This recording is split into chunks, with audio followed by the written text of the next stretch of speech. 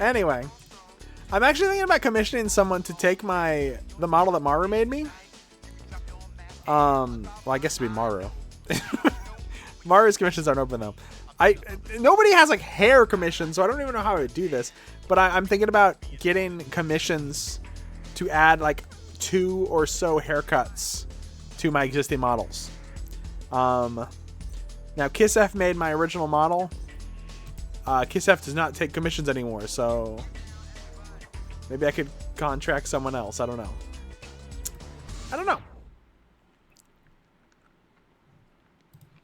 I don't know.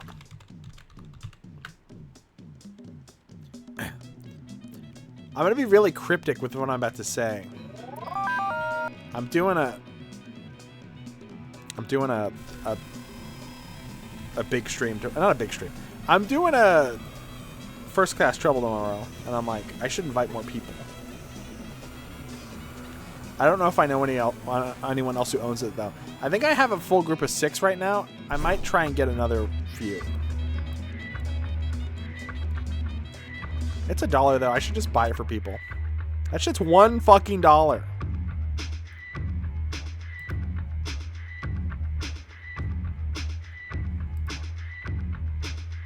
I just start the stream over? That's my eyes. Slam Taro. Do you want to play First Class Trouble with us tomorrow?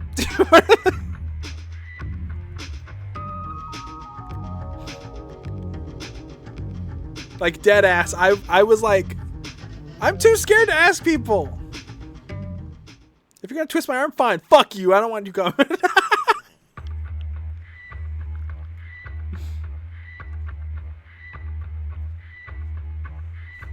It's up to 12 players now. I can't imagine a world where we get 12 people, but I feel like it's going to be really unbalanced with 12 people, but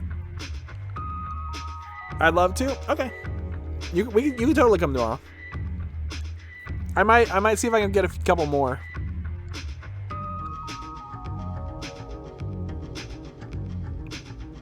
I might ask, maybe I'll ask people in like the RAR Discord or whatever. The ex-RAR Discord. RAR Discord don't exist no more. RAR don't exist no more.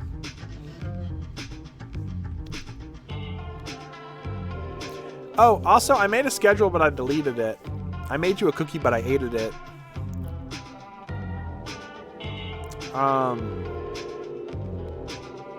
So Monday, First Class Trouble. That's tomorrow. I know what you're saying. What? Didn't you play First Class Trouble Friday? Yes, I planned the Monday stream 2 to 3 weeks ago.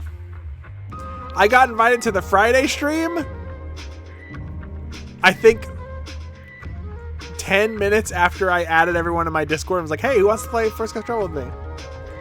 And I was like, well, I guess I'm doing it twice.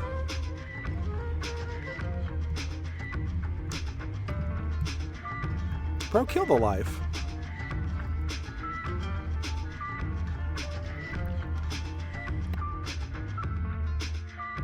Blech. It is a supremely fun game. Dead ass though, if you ever want to know why I don't have anyone on stream, like I don't have collabs and stuff. One, I don't have as much pull as you think. I can't just go out and be like, hey, Germa, want to be on my stream?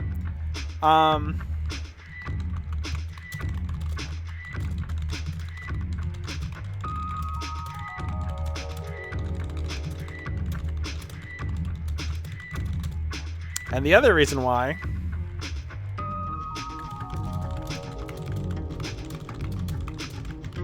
is because Discord is impossible. If I want to collab with somebody, I normally have to be in the same Discord as them or DM them. And DMing them is scary. But even if DMing them isn't scary, it's like a whole thing. Some people I know have their Discord private and people can't DM them. And so sometimes I'll just be like, okay, add everyone. Hey, who wants to be on my stream? And normally,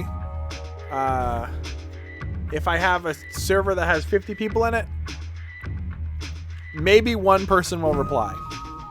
So if you're wondering why I'm so scarce on the collabs, that's why. It's very hard to get them going. I've had quite a weekend, so I kind of just want to chill for a little bit and talk. I had kind of a breakthrough with the game I'm working on. It still might not come out. It still might. I don't know. I'm not 100%. Oh, I forgot. This is what I was going for earlier. So Monday we're doing First Class Trouble. Wednesday I might start Darkened Sky. I'm not sure if that's a thing people want to see. I'm not really sure. I don't know what people like anymore, honestly. Friday, I have a stream that I have been putting off for 2 months that I might do Friday if I have it done in time. And I'm going to say it's on par with the feat streams. It is on par with the feat streams. It might surpass the feat streams. And if it doesn't work, I might do another vocal control stream, which I think is also fun. We've had foot controls. We've had hand controls. We've had voice controls. When are we gonna have pussy control? That's what I want to know. The Prince song. I'm talking about the Prince song. Just Holy Horses. It's a song. It's fine. It's fine. It's a song. This is a new thing I want to do. The feature. I don't know if the features are ever going to return, honestly. Weather control stream. Yeah, I'll play G.I. Joe. I'll play as Dr. Mindbender. Is the Prince symbol in Unicode? Almost assuredly not. because he owns the rights to it. Well, he did.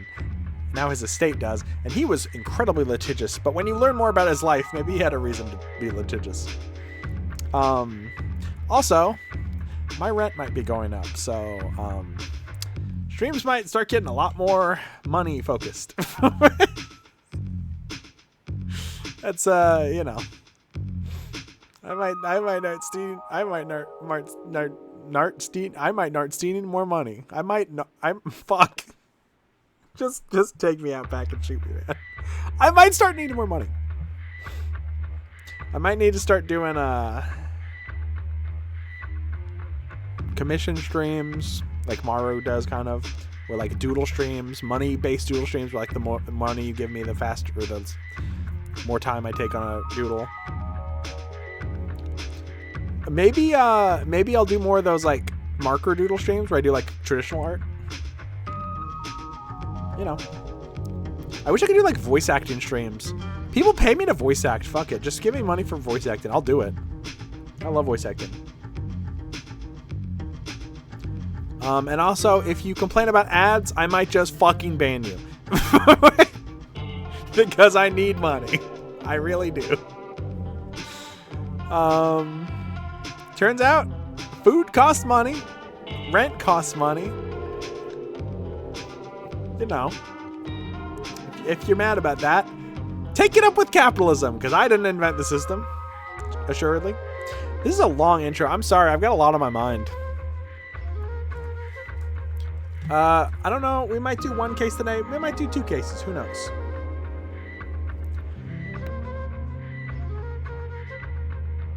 I want to do another 1 or 2 Discord only streams. Normally I have Marcy on those. I don't know.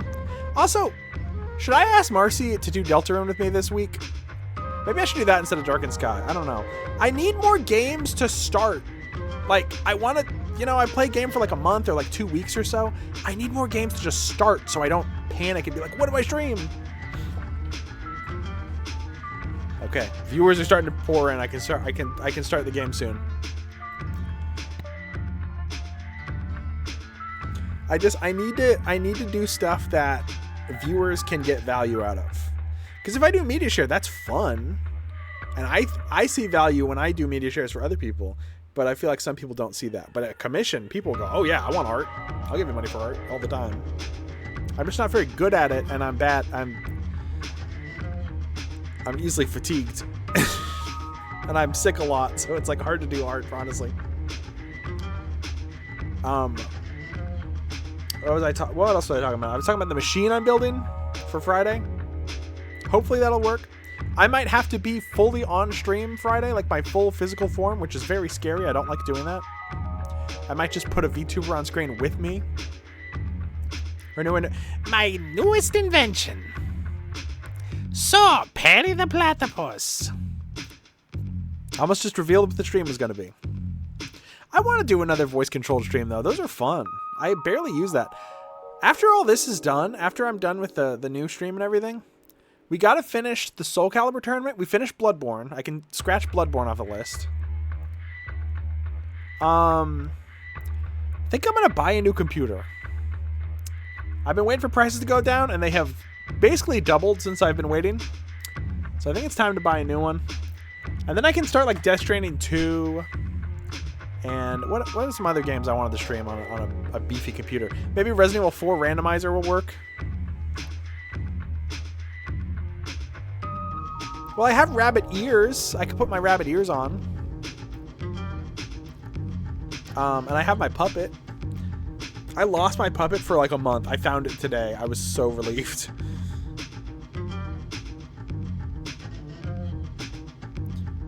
Yeah, I wanted to get my computer. Well, I wanted a new one because I can only ship a CC sit for so long. Have you seen the stuff Mar was doing for Mar vs. Rent? I know Mar does like the random game stuff, kind of like Sebmal does. And I know Mar does the sketch streams, right? That's all I've seen, I think. Where it's like Mar will be playing Sonic 2, and then someone will donate $5, and it'll be like, oh, now it's Sonic 3. I can't remember another Sonic game. Sonic Chaotic. I don't know. Knuckles Chaotic. That sounds kind of cool. I don't know. I have a hard time convincing people to spend money on the stream, if that makes sense. You know what I mean? Everybody, all my viewers are gay, which makes them poor. And that's a failure of the system. I need to get millionaire viewers. Also, I might be on an SMP soon. Don't make a big deal out of it. I'm not supposed to talk about it. I might not. I don't know. I'm just broke. Everybody's fucking broke. That's the problem. Everybody's broke. Everything sucks. I need millionaire viewers. I need to be like one of those fucking little kids in the SMPs who like, oh, wow, Timmy, your SMP's so good. My little boy, Jeffy, it's his favorite show. Here's 10,000 fucking dollars. I'd fuck that up right away. I've seen that happen on SMPs before.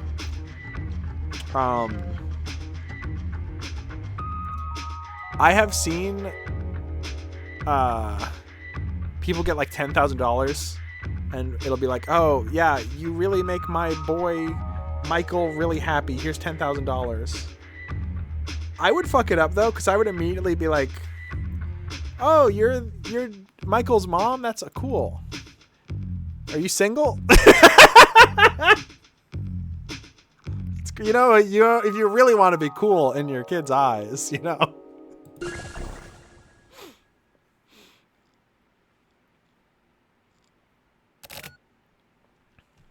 Dot, dot, dot. Uh-oh. Uh-oh.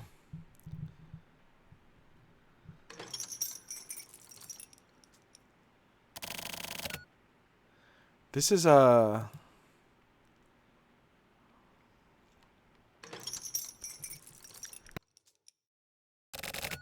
Well...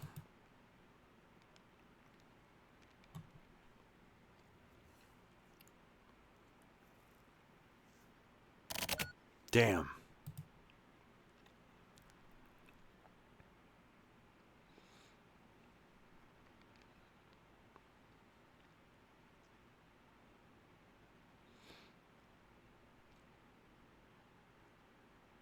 What single mother has 10K to burn? Dating them is more likely to work? I don't know. I mean, if I'm in one of those big 1 million stream viewer SMPs, then I don't think I have to worry about money. 14 hours earlier. 10 a.m. I could be sugar mama. Oh, my Minecraft SMP sugar mama. Oh, what a horrible sentence. What a horrible, depraved sentence I'm saying.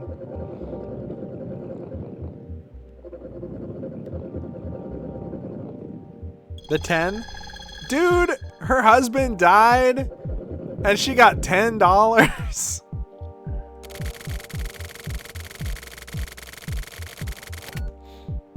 Majima took care of Yabukawa's body. I'm sure this goes without saying, but... Yabukawa never existed as far as the RA Bureau is concerned. Please keep that in mind. Okay? Understood.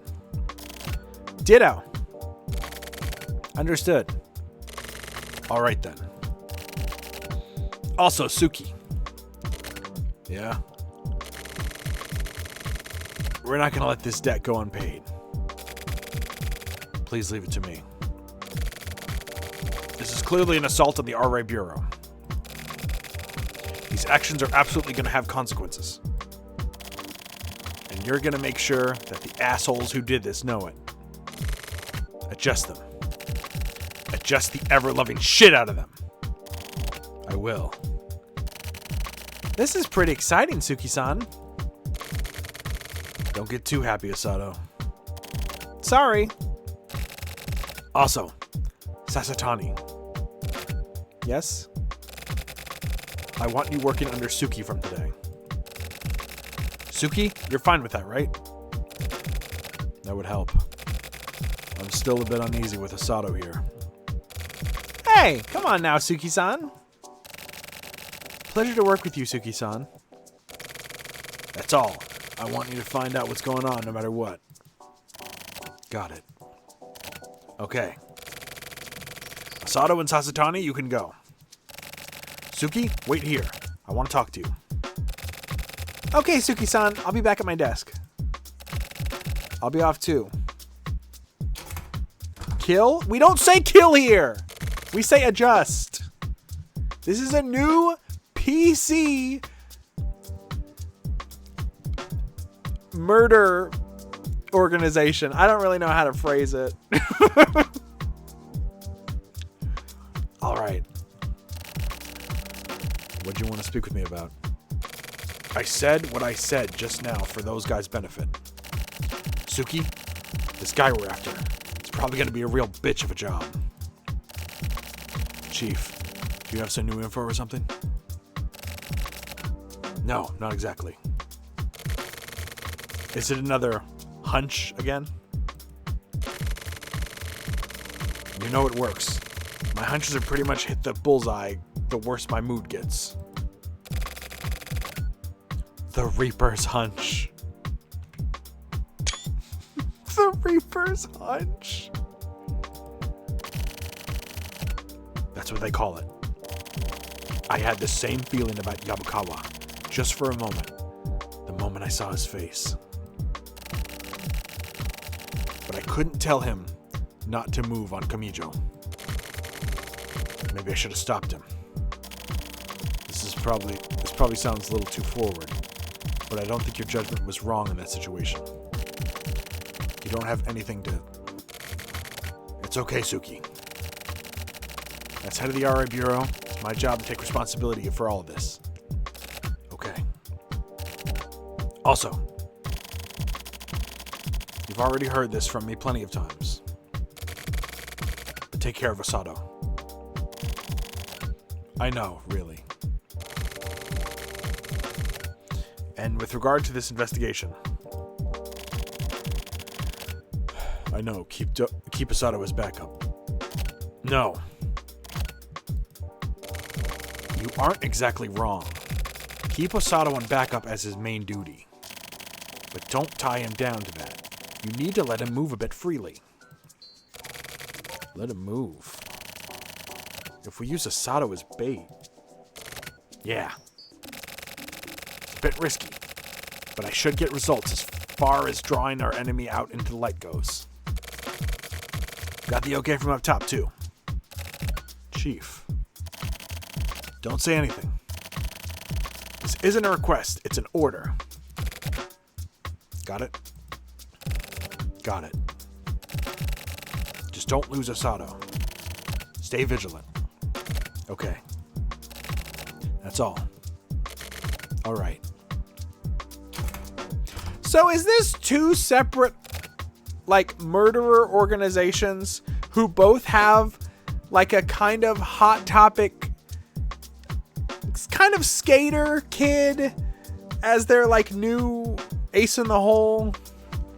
Because on the one hand, you got the guy with the Kansai accent with like the white, like, surfer hair. And on the other side, you got the guy with, like, the flipped up, like, 2005 buys t-shirts with skateboards on them at Kohl's kid. You know what I mean? Can't believe I just said that.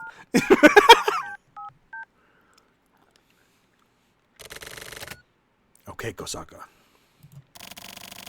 We need to talk.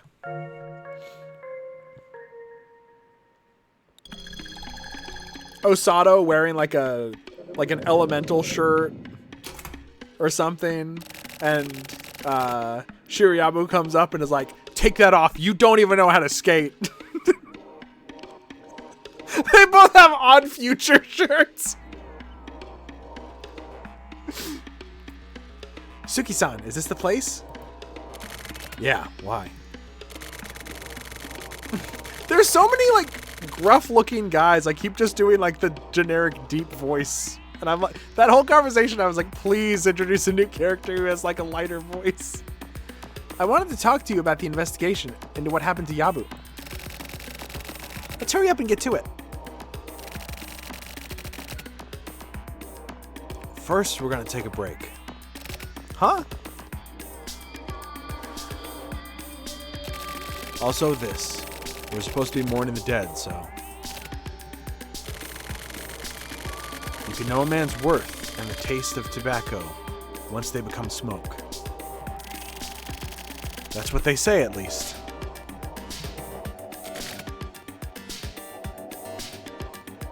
The difference is HCU is supposed to be solving mysteries. They just also like killing people. I mean, there's a specific branch of the police that is just for killing people, though. Like, they are basically cleaning up just random people at this point. Huh? You want to be somebody? Yeah, Aunt, come on. No, I'm fine, thanks. I can't stand the bitterness. Even just the assumption that cigarettes must taste bitter kind of turns me off, you know? You really do have a sweet tooth, don't you? Aw, well, thanks.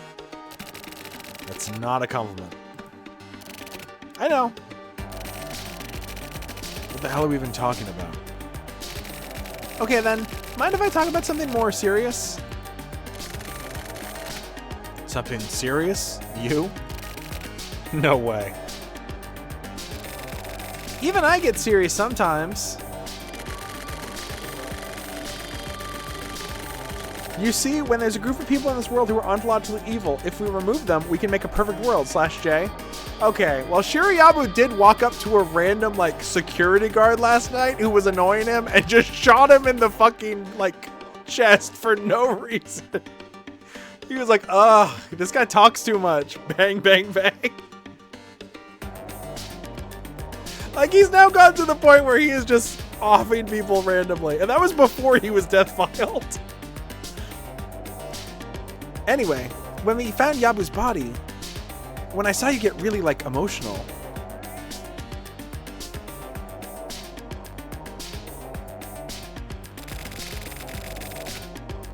it felt really strange somehow. Was I getting that emotional? Yeah, you were. I always thought that you were some sort of indifferent and cold. I always thought you were sort of indifferent and cold when it came to life and death. Like, even when I die, I feel like you'd be like, oh, he died, huh? You really thought I was that much of an asshole? Oh, it's not what I mean. I mean, like, you always think about things really calmly, you know?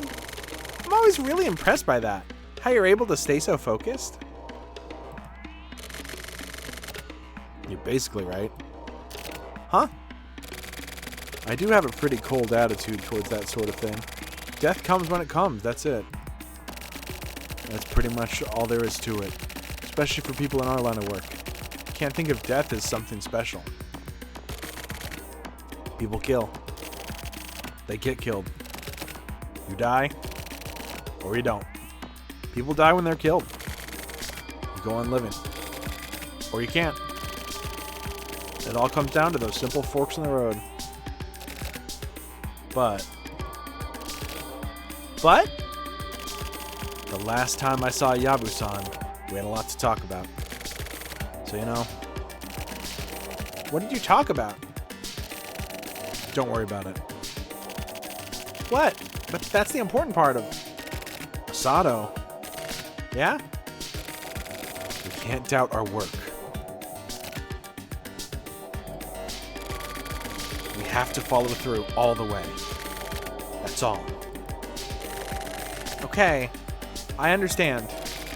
Okay, we're heading back. I feel like you're dodging the question. Just shut up about it. Come on, it's time to investigate. Okay. I'm not so much as dodging the question as I am telling you I don't want to answer it and fuck off. 13 hours earlier. 11 a.m. 7 a.m. So it's the morning gas. I'd like to see a little movie where they put a scone next to the mouth of a dead body. I think that'd be the perfect statement.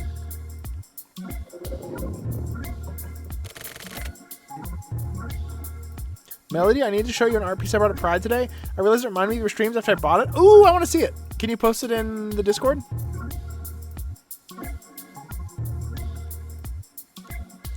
Man, look at that beautiful blue color.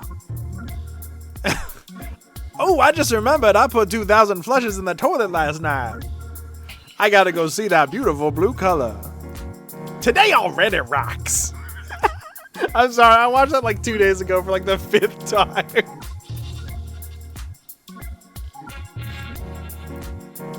Roast beef is having a baby. Are you okay with that? Oh my god. Oh, Lord CW, do you have the artist? That is so good. Oh my god, I want this. I'm like actually super jealous. If the artist sells prints or anything, you gotta like tell me. I want this on my wall. Is that like, do you have the original? Did you buy the original from them? Okay, when you put the artist's name, I'll put it on screen because I don't wanna put uncredited art on screen. But fuck, it's good. Why did I turn into Krillin? It's so good. Well, if you want to see it, it's in general right now. I'm just gonna keep playing. I'll post it later. I'll put it on screen later. Eisuki. Nongo. I heard about Yabu. Yeah. Chief told us. We're working on Yabu's case this time, too. Also, how's my audio? Let's make this as right as we can. Yeah. Oh yeah, you said you had something you wanted to talk to me about, huh? That's right. What's up? I just got word from a chat room buddy of mine. Something kind of weird. Huh? You better not be fucking around and chatting during work. Oh no, I mean like, it's about the Kamoynet 25 thing. Really? You sure you're not just talking to some other fat ass about how that place has really good cake or some shit? Dude, you can't say that. There's that too, but that's what I thought. Kidding, I'm kidding. Anyway, about what I heard from my chat room buddy, their name is Slash. And it seems like they somehow knew that someone close to me had been killed. What are you talking about? I haven't really talked with them that much yet, so I'm not 100% sure. I'm not sure if I should take this conversation any further with them. At the moment, we need any leads we can find. That's fine. Go ahead and try talking to them. Okay.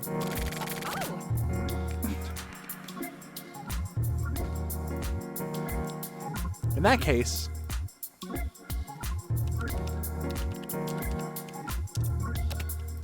message from Slash. Sorry for the wait, Slash. Hey, sweet. Took you long enough. Been waiting forever. Sorry about that. Had to take a phone call. Anyway, about the thing you were talking about. You were right. Someone did die. Bingo. I knew it. How did you know? I was asked to do a favor for someone. They said a friend of yours had died and that you were upset about it. Said to hand this file over to you. Said it would make you feel better. Who is it? I can't tell you that. Got my own job to think of, you know? Anyway, I'm sending over the file and message they had for you. Like I'm some kind of messenger. Thanks! Okay, talk to you later. Too sweet. Your name is Key. Slash. Sure.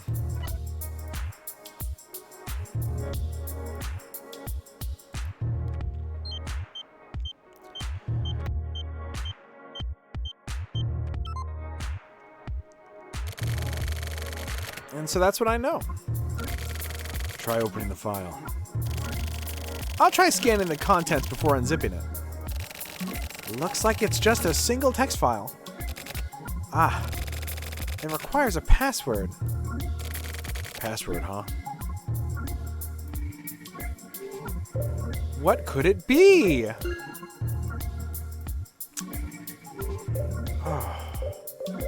just don't know. What do you think the password could be? Okay. Oh, it's a number. So your name is key.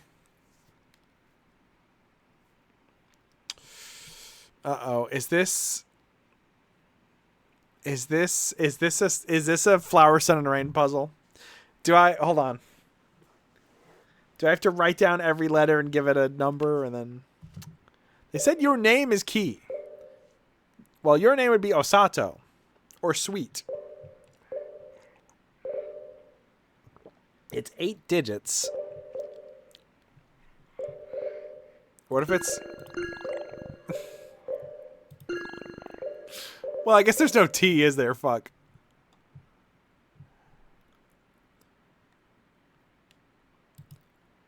I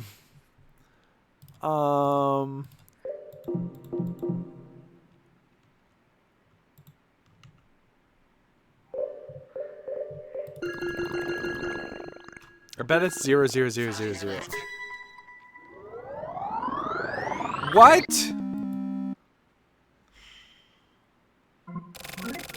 Guess that's not it. Your name is key, huh? You mean my name? So Sweet then? This requires numeric input.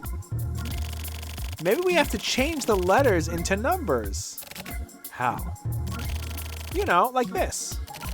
Like how? Counting. Okay, this is what I was already gonna do. I feel like an idiot. I should have just done it. You would count the letters? Sort of, yeah.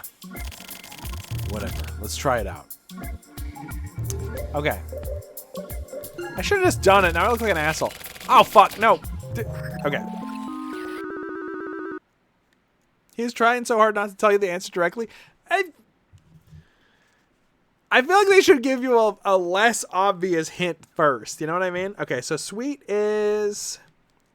I'm going to do something very embarrassing here. Dude, I bought a huge pack of pencils, like 30 pencils.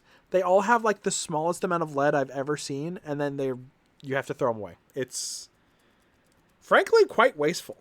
Well, fuck this pencil, I guess. Okay, so Sweet.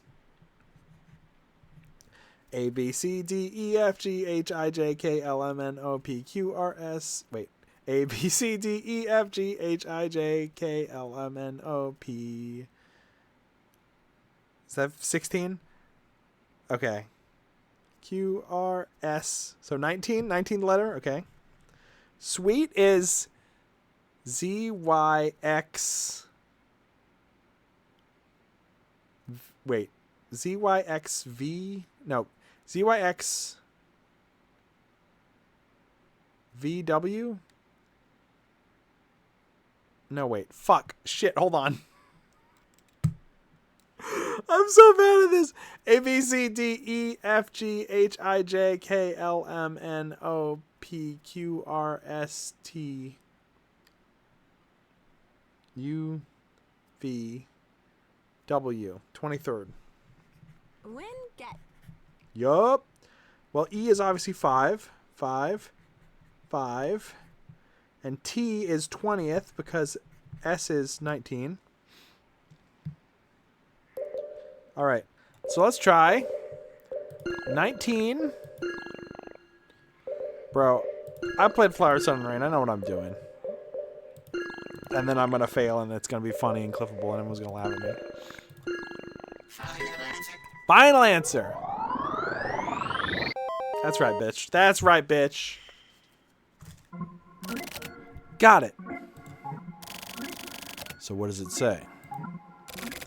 Let me see. Ishizuka. Today, 1 p.m. Akihiko Alley. Vending machine. Mont Blanc latte.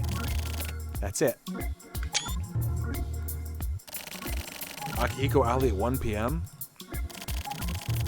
Wonder what it's about. Yeah. Mont Blanc latte. That's what I thought. Your wondering about the goddamn sweets. Let's go! We need to check this out. Come on. Hey, Sasa. Get the car ready. We're leaving in an hour. Okay, got it. Suki-san. What? Mont Blanc latte. That means it tastes like chestnuts, right? Fuck do I care? I'm kinda excited.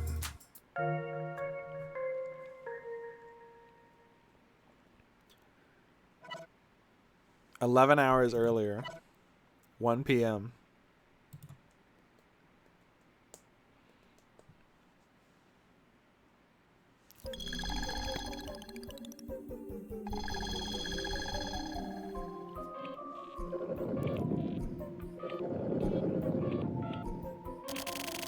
Suki-san, it's time. That looks really sketchy. Yeah, it looks really suspicious. Sasatani, can you try peeking in? Why the hell do I have to do it? Isn't this kind of thing your job? Yeah, I guess so. Asato, your gun. I know.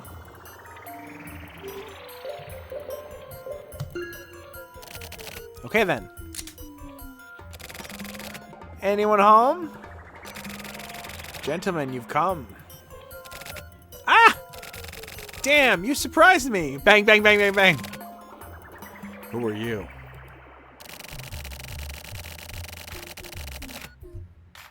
Nice to meet you. My name is Ishizuka. I've got info for you. So you're Ishizuka. First, please put that gun away. Suki-san. Put it away. Okay. Anyway, here, have a drink. Mango cola. Is it any good? Don't worry, I guarantee it's good. Okay, I'll take one. Hey, do you have Mont Blanc latte? Mont Blanc latte? What a rare choice. We've got that too. Here you go. Dude, I don't know what the fuck a Mont Blanc latte would taste like. I do love, like, tree nuts, though, so it'd probably be good as fuck. Mango cola, though? Oh, my God. If I had a mango cola dispenser, I'd be drinking that shit every day. I want to try that shitty Wumper Fruit energy drink that we watched that review of. Wow, so this is Mont Blanc latte. It's got a really unusual taste to it. But I think you might like it. What do you mean? Suki-san, shouldn't we... I know. Ishizuka, we're here because we received a sort of invitation. Tell us what's going on. You're quick to get to the point, huh? Okay, I'll fill you in. Basically, I've received an order from a client. They told me to give you this.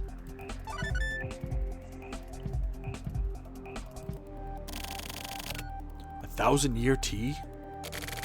This tea is legendary, and this is a special limited edition version, only available at certain places in the 25th Ward. I know where. Where? The 1,000 Hotel. Oh, I know that place. That's the hotel that, while it being built, parent company went bankrupt, so it ended up getting abandoned, right? For a while, people were getting excited about it being a ghost spot. That place, huh? Tonight at 8 p.m. Take that 1,000-year tea to the 1,000 Hotel. Apparently, some gentleman from the Okai Syndicate will be waiting there for you. The Okai Syndicate? Did you just fucking say Okai Syndicate? Huh? Hey, that hurts!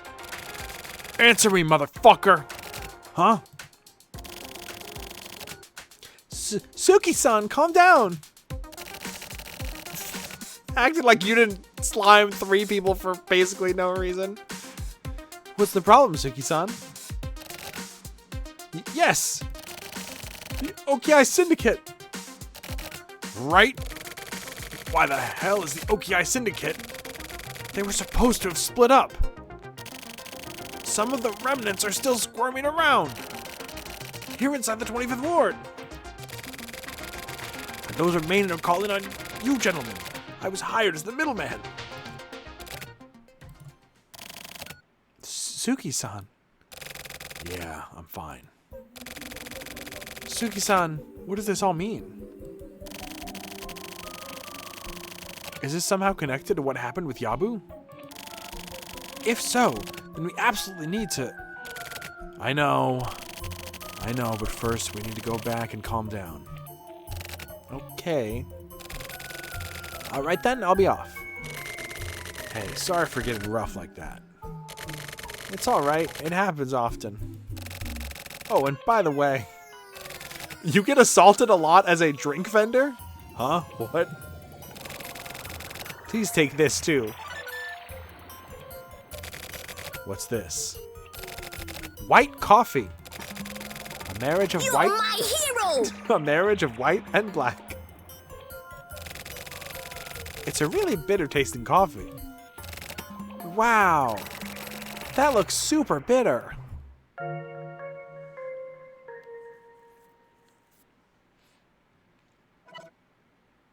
"9 hours earlier." Has it just been going back and back and back?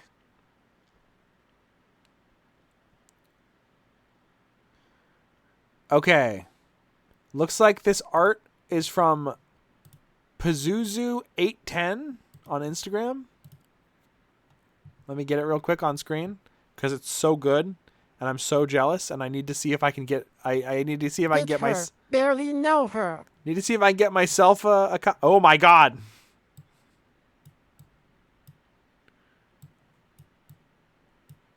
Dude, I would do anything. This is so good.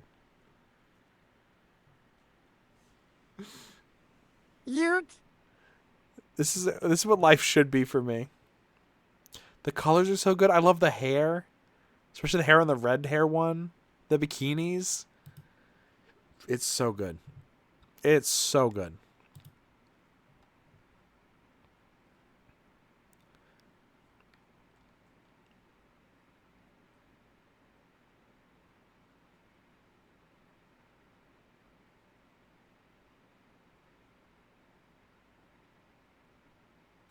Oh, okay. We are progressive. I was about to say, because the last scene was definitely after the one before it. 3 p.m. Also, it said like 11 a.m. and then it was like 9 hours earlier, and it was I don't know. It wouldn't make any sense.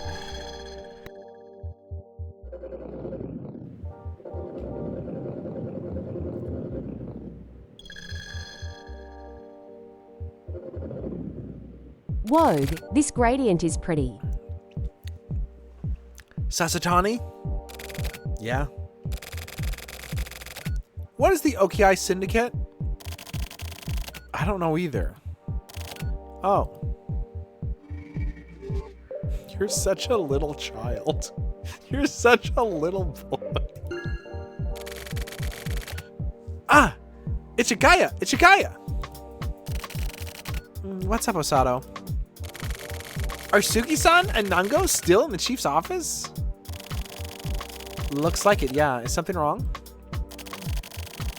Well, apparently the OKI Syndicate... Oh, by the way, do you know what the OKI Syndicate is? The OKI Syndicate. I've heard that name somewhere before. I feel like I saw it when I was organizing the database.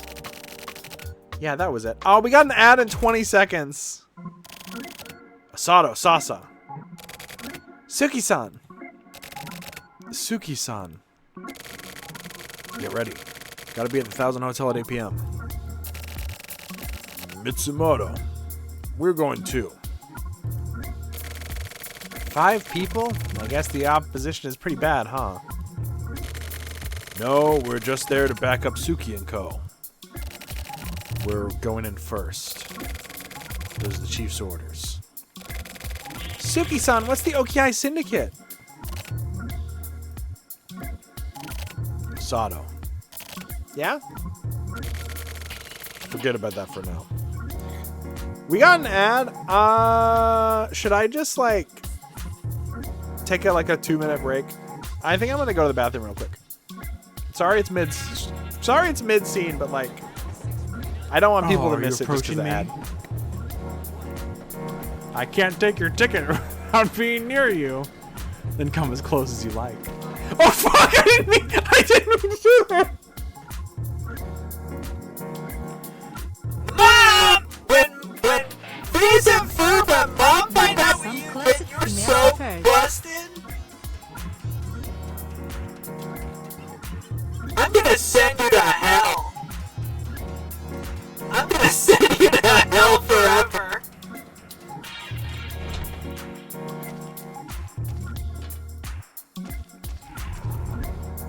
What the hell? Stop trying to latch. I'm not even lactating right now. Stop.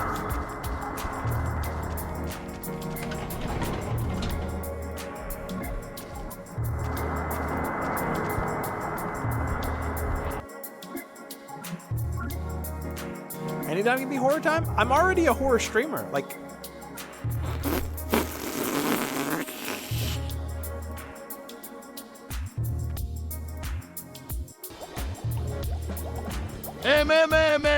Gum job.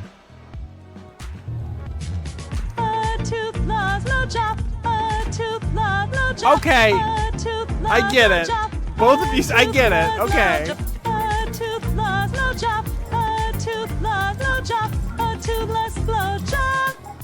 And me when I'm getting a toothless blowjob. Thanks for nothing, you useless reptile. Okay, I think I'm gonna retire from streaming after saying that.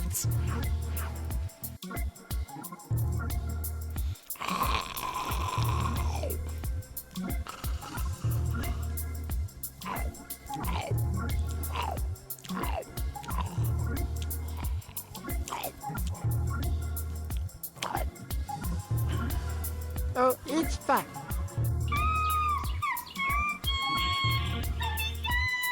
That's not how she talks. Okay, everyone. The What? right phrase is stop trying to latch.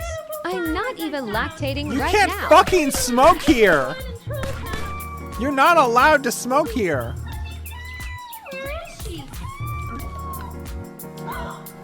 Oh, I see you, Wayne. I fucking see that cigar. Howard! It's Howard! I can't kill Howard. That's Howard.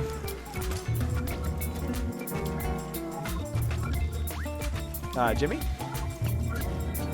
I've been turned into some kind of monster with the T-Bis virus.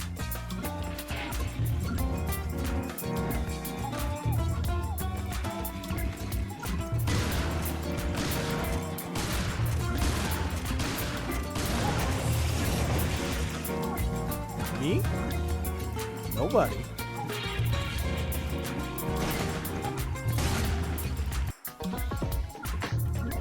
Can you make my Twoogie smaller and in the bottom left of the screen, please? Why? Oh, said that. Okay. I get it now. I understand now.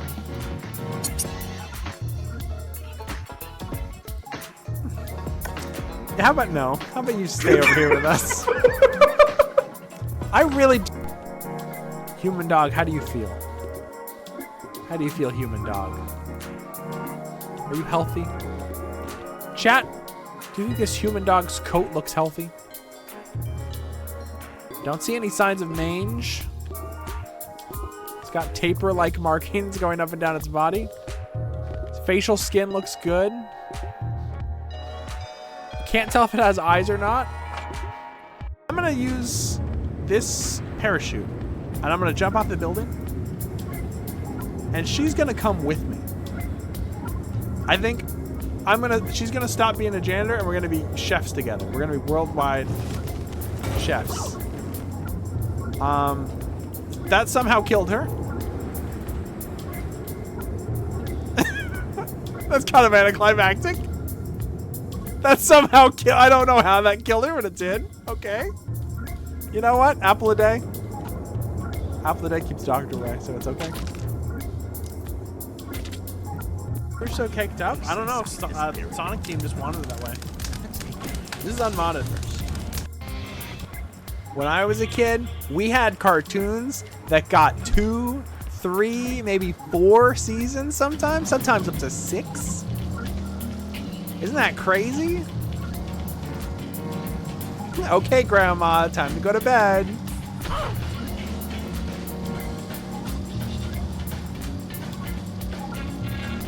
And when we made movies, we would actually have real explosions. And it would be horrible for the environment. And also, sometimes a stuntman would die and no one would talk about it. Okay, Grandma.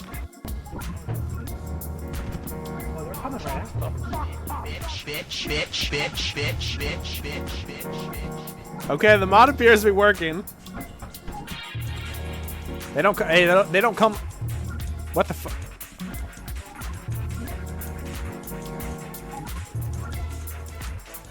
They don't come. They don't come. I love to Yeezy poop myself. Yeah, they don't come.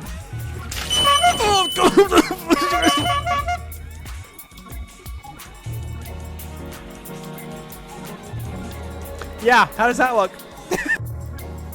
Hi, happy Easter. How's your Easter going so far? Is this the line for the Labrador? There's a new Bionicle set that I need. Is this the line for the Lacto store? There's a new Bionicle set. Mozzie, what's that mean?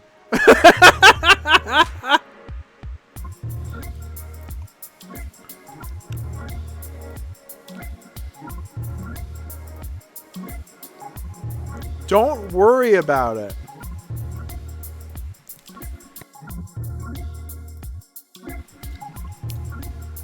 Would it be strawberry milk, or would it just be like a pink milk, or would it be like a... You said it during one of the clips. Or would it be like a pink, like, slime? Would it be like a gel? I don't know.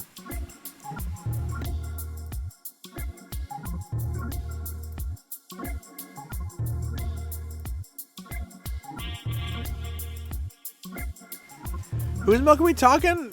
Gummy pink. Okay. Forget about that for now. That's you guys. You guys tell me that.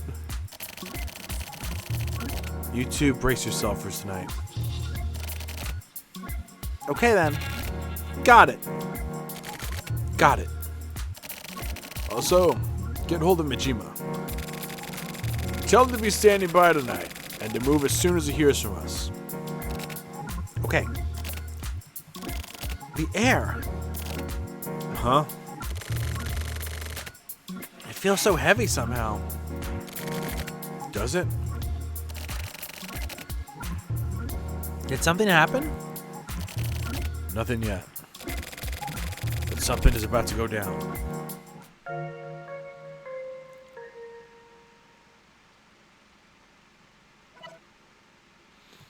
Speaking of milk, so many awesome people at Proud, no cow furries. I don't care.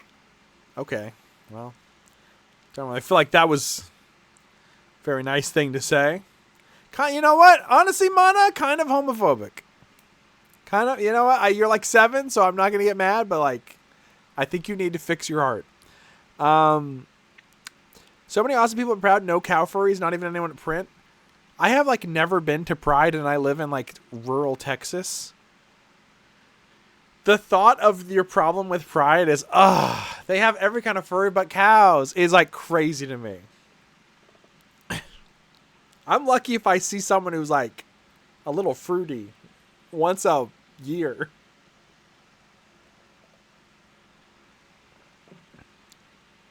America needs cow furries? I live in Texas. I should be seeing cow furries all the time.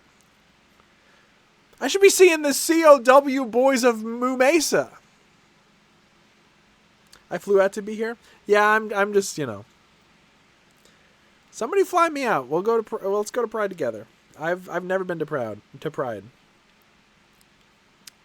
Also, I live in Texas, and it is 100 degrees every single day. I love being queer. I don't love heat stroke. So...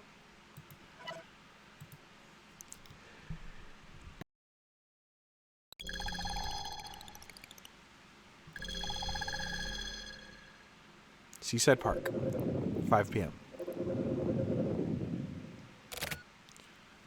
I always forget how fucked up he looks. You're late.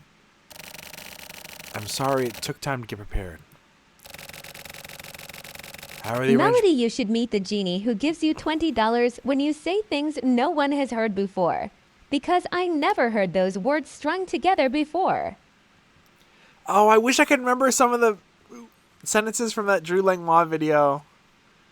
Where the lady is trying on jeans, and she just says a bunch of shit that's like never been said by a human before. I bet I'm pretty good at that. So how are the arrangements coming along?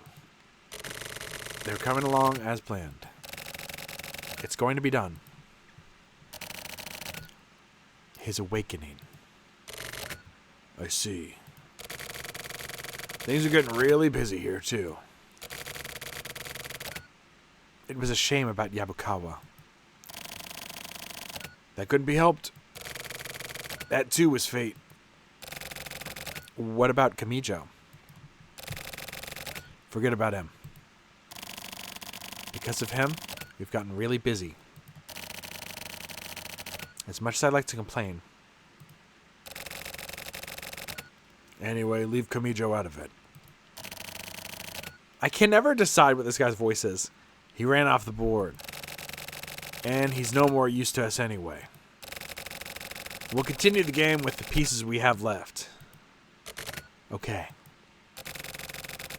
Tonight the board will shift. I see. The Okiai Syndicate is on the move. Just as our information said. Will we be able to hook them? We'll get at least one big fish for sure.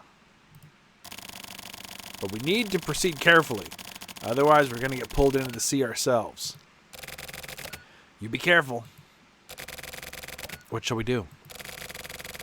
He's a pretty formidable opponent after all.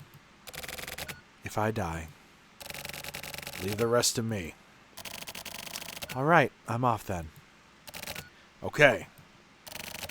Kiryu. What is it? We are peace and order. That's right. We are peace and order. Don't let me down. I won't.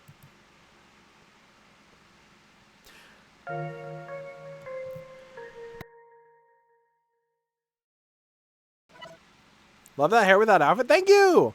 The hair's new. I'm thinking about making pigtail versions of my other models, like paying people maybe to model pigtail versions. And maybe even like a single ponytail. Because in the summer, I'm probably just going to have a ponytail with like 2 strands hanging down in front of my face, like I normally do in real life. 4:20. 7:20. 3 hours late. No, wait, 7:40. Fuck. 3 hours, 20 minutes late.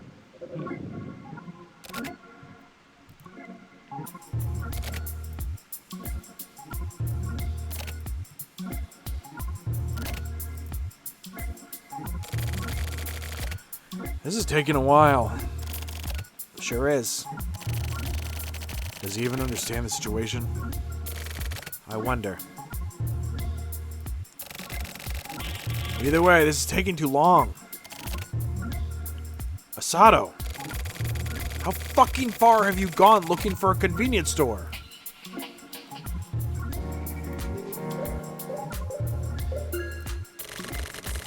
sun's already down. Now who's waiting in the dark?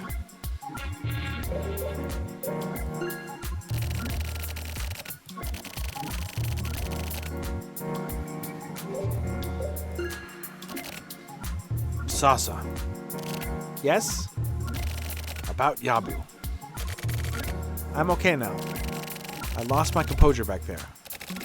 I'm sorry. No, it's fine. I'm not really used to that sort of situation. I can't really criticize myself. Don't worry about it. What I'm trying to say is, just make sure you do what you gotta do, even without Yabu here. You're not a rookie anymore. I will, thanks. Sorry for the wait. It took fucking long enough. Where did you go? We're like in the middle of nowhere. I couldn't find a convenience store anywhere. What the fuck? It's okay, I'll find a convenience store right away. That's what you said, right? I know. Anyway, here's 25 today. Christ.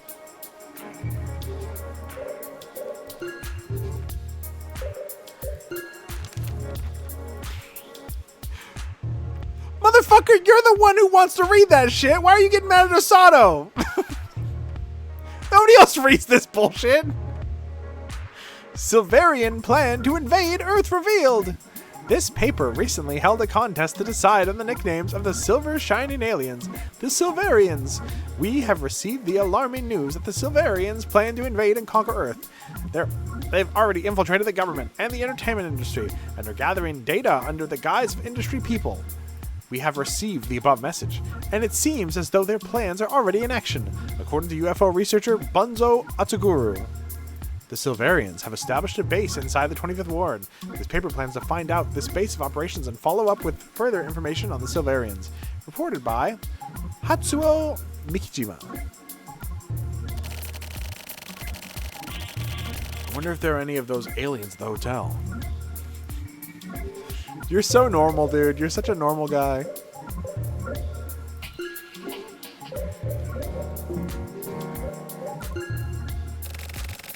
We should get going. Okay, let's give it our best shot. Osato? Yes? You stay back here. Huh? How come? Make sure we can get the car out anytime. We might have to leave suddenly. But Suki-san... Sasa outranks you. I know. But still... This case is pretty fucked up. I want to stay as safe and ready as possible. Stay here and provide us with backup if necessary, like Nengo and Co. Okay. Alright. Sasa, let's go. Okay. Be careful. I know.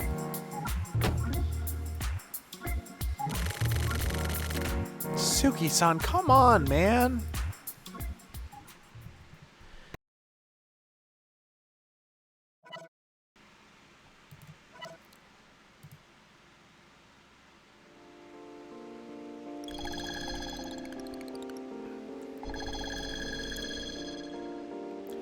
Dude, they built this fucking behemoth and then went under before they could open it. That's really funny.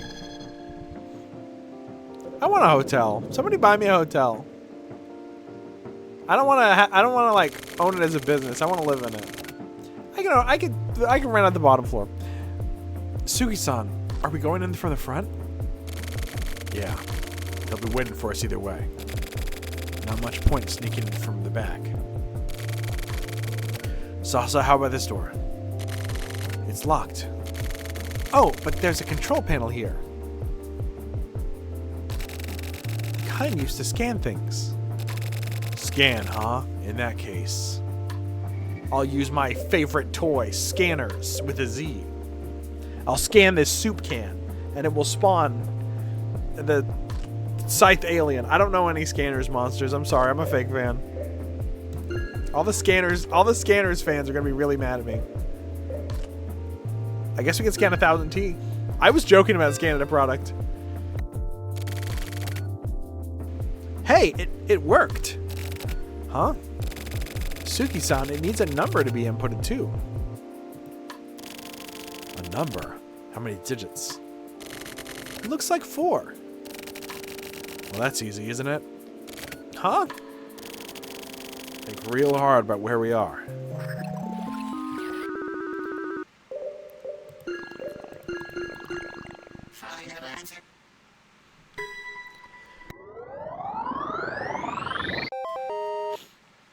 No way.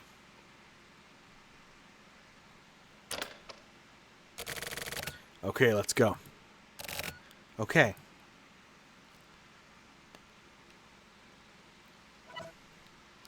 Three hours and 30 minutes earlier. 8:30 p.m.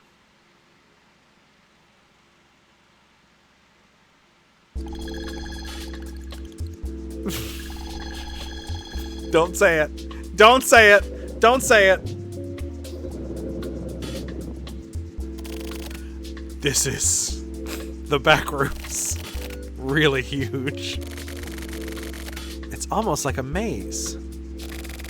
Well, it's a hotel, right? We'll figure it out if we start walking around. Suki-san, you're forgetting something important. What? Where are we supposed to go? Oh yeah, huh? What do we do? That's a good question. So these guys call us out here and don't even show up to tend to us, huh?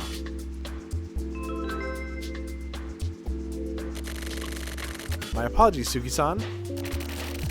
Who the hell are you? Calm down. It's just an announcement over the PA system. That voice? I've heard it before.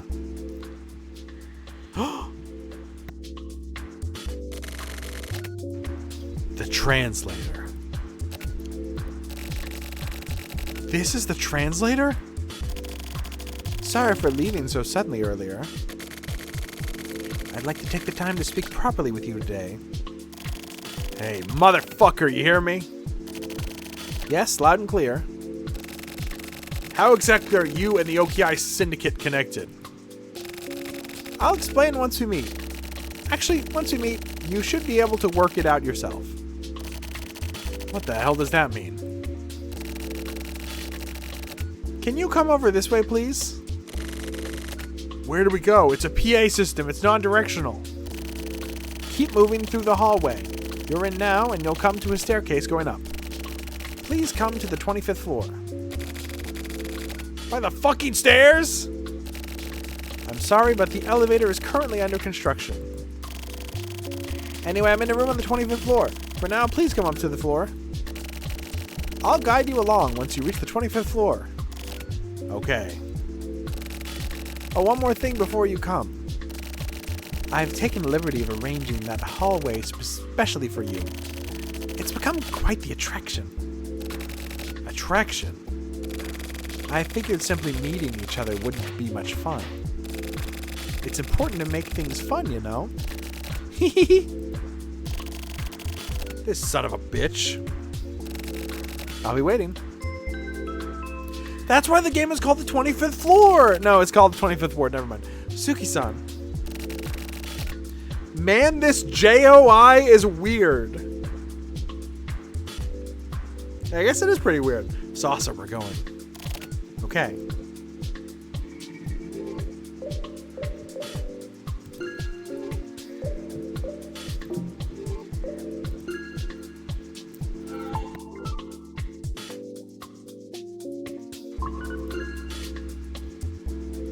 They said continue in the hallway you're in. I'm in like 4 hallways right now, or I guess 2 hallways.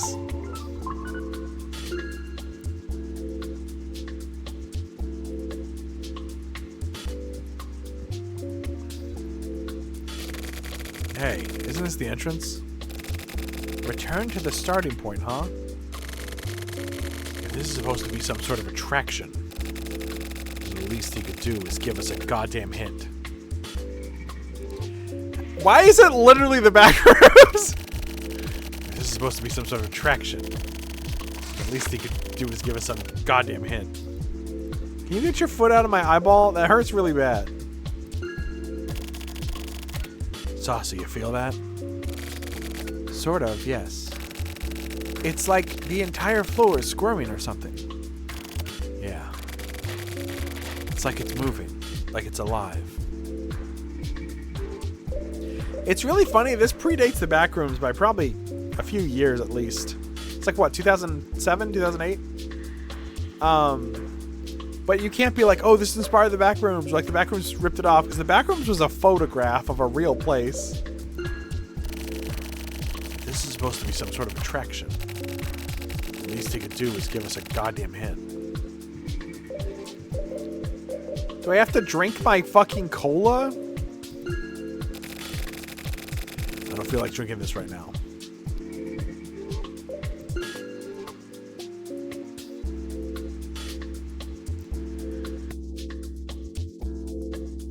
The 3D environments are... That's true. The 3D environments are new.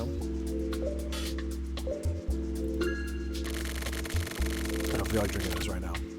I was going to make a joke about how we were drinking Mont Blanc tea or Mont Blanc latte. And I'm like, oh, imagine if it was almond water because the back... And then now we're in the Backrooms.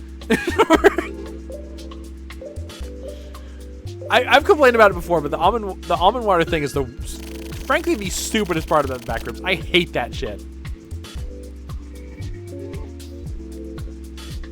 Yeah, I saw the thing about the AC racetrack, the RC racetrack thing. I think in like a Tom Scott video. I didn't watch all of it because I hadn't seen the Backrooms movie yet, and I did watch it, and I did not like it. I'm just not a big fan of Backrooms media at all, though, so I don't know why I thought I'd like it.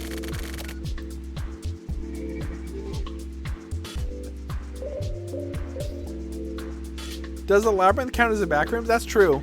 The Backrooms is just a ripoff of the Bull of Minos, the Minotaur. He's totally fucking with us. I hate that fucking guy.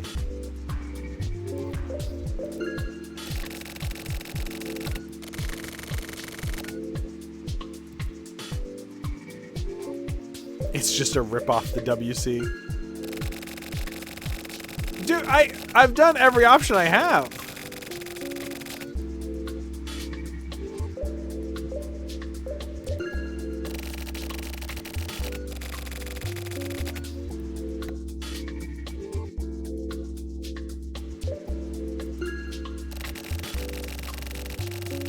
I think I've literally done every option.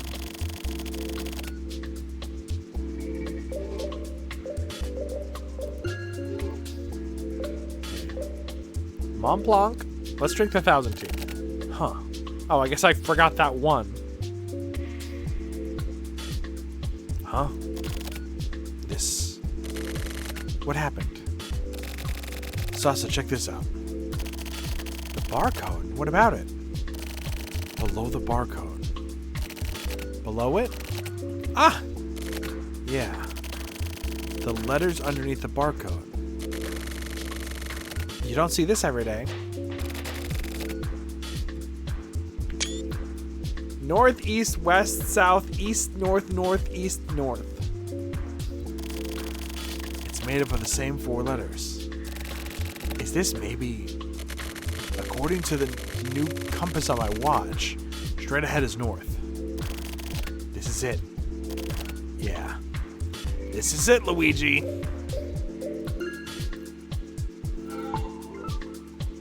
North.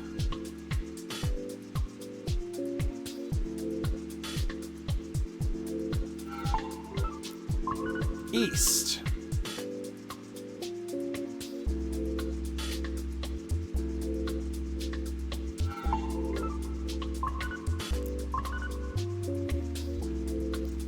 Wouldn't this just put us back?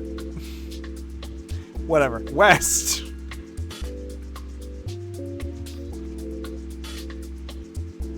Isn't this going to put us exactly where we were? South. East, north, north, east, north.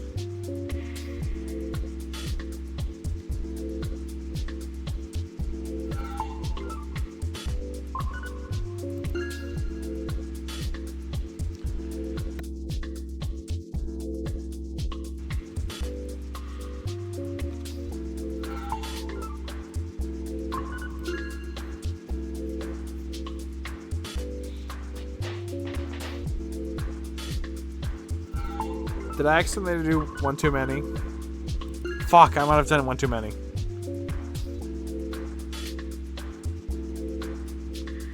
It takes so long to progress, I forget.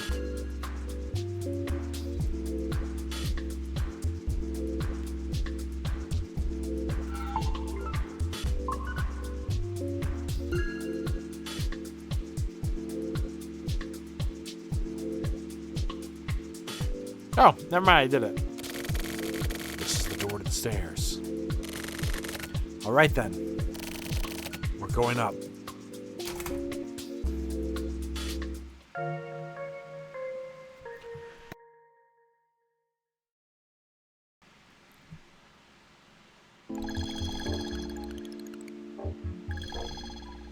First try clap. I almost said it wasn't the first try, but literally you couldn't do it the first try because you have to get the clue first.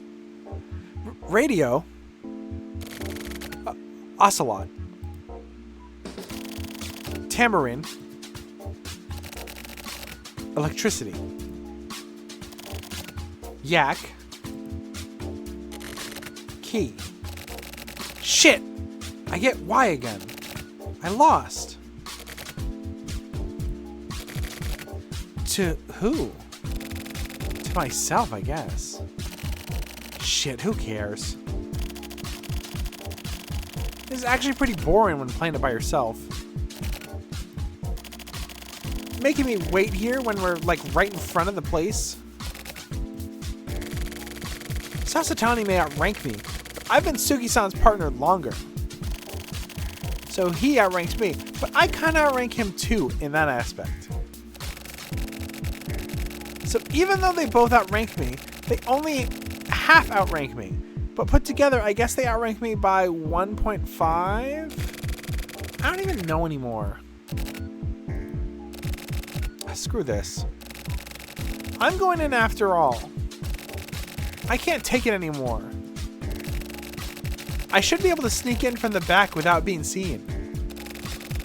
Yeah, I'll be fine. They won't see me. Probably. Okay, Osato is like what? Like fucking like early 20s? So they could probably do the Backrooms like no problem, right? They could probably just go in and instantly solve it. They probably know the Backrooms like the back of their hand. Okay, I'm going in.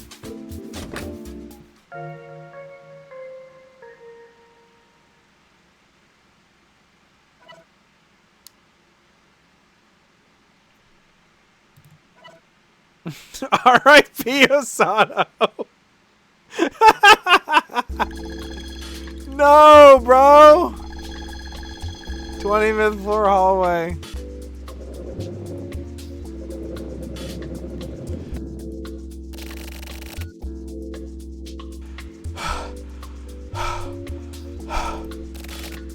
Damn. 25 floors is fucking harsh. I think I'm gonna puke. Suki-san, are you okay? It's time like this. My age really catches up with me. Come on, Suki-san, you're still young. What's up?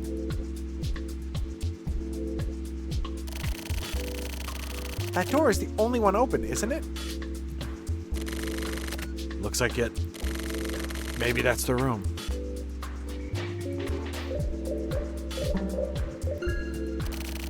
Shall we go in? We're not gonna drag our asses all the way here just to go back down again. Let's go. Okay.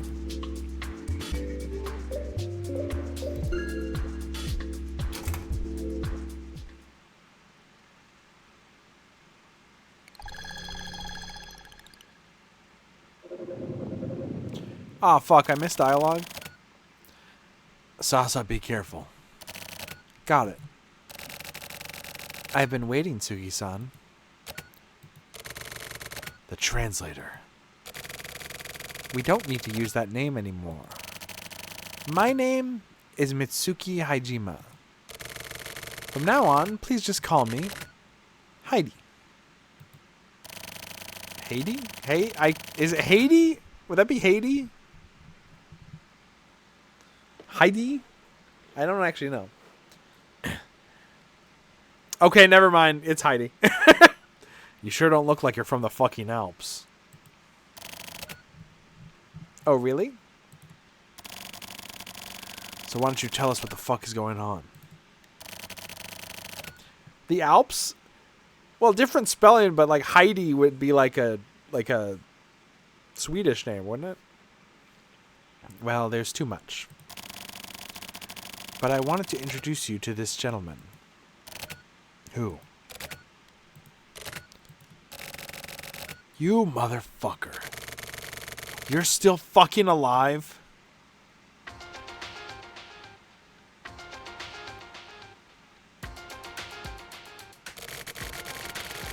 It's been a long time, Suki.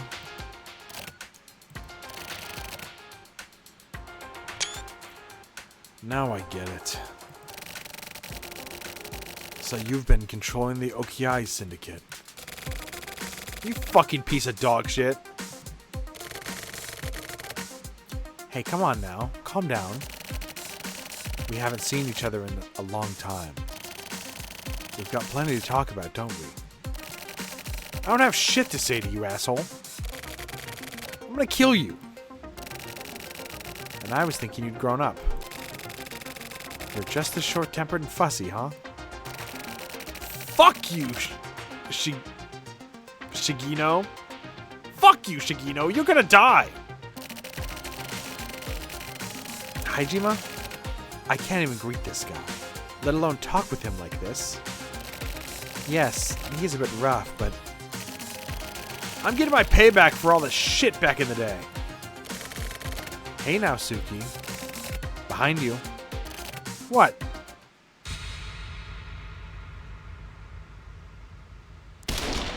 Oh.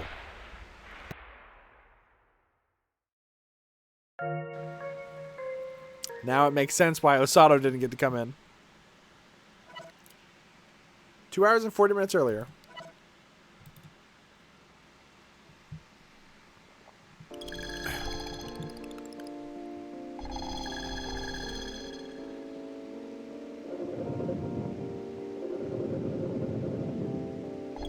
We don't know if he's dead yet. Could have been an airsoft pistol. We don't know. So, how do I get around to the back?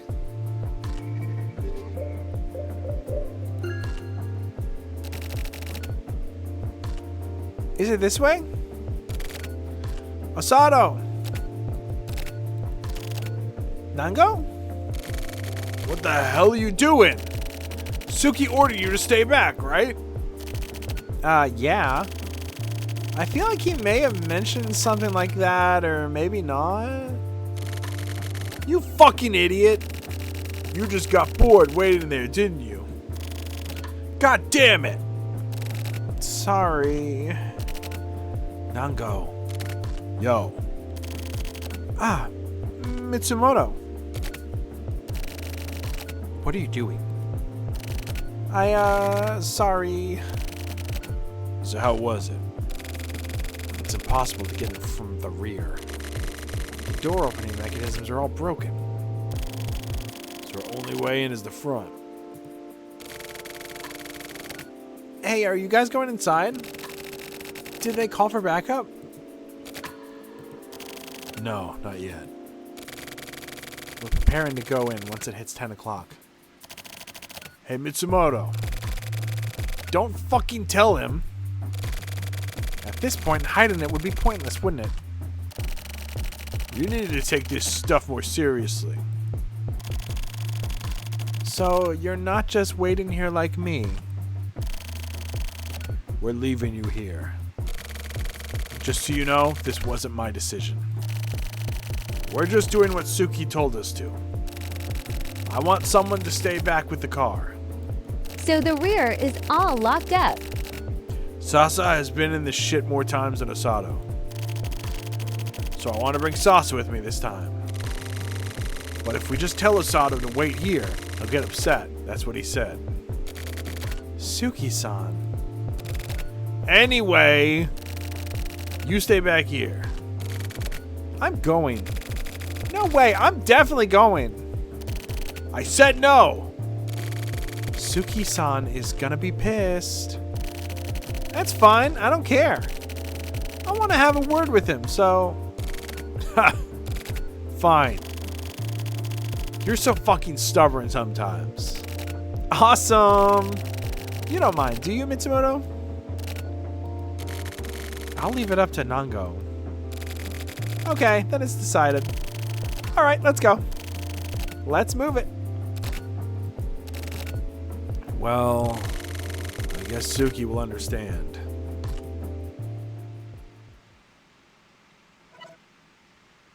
Two hours earlier, 10 p.m.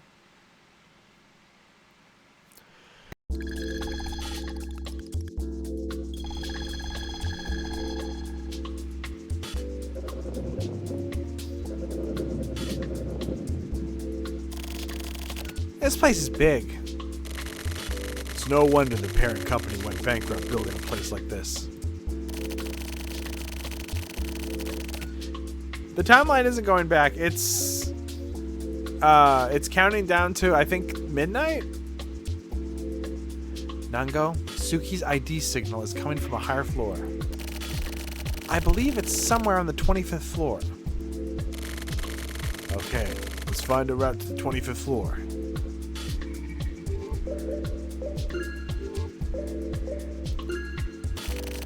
This doesn't feel right.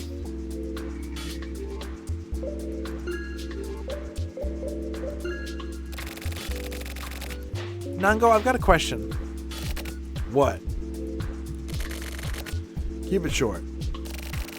I heard Ichigaya mention it, but what's the Okiai Syndicate? Well, to put it simply, they're Yakuza. So that's it after all. I can tell by the name.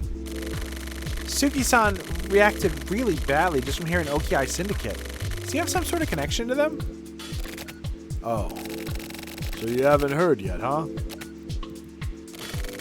Suki used to be a member of the Okiai Syndicate.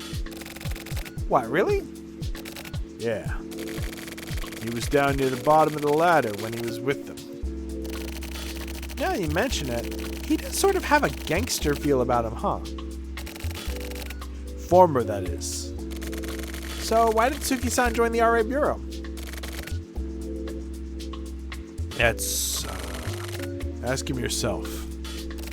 Huh? You can't just leave me hanging like that.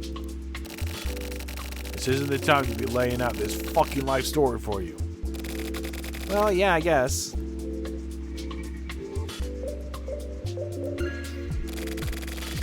They got this far in the construction. What a waste.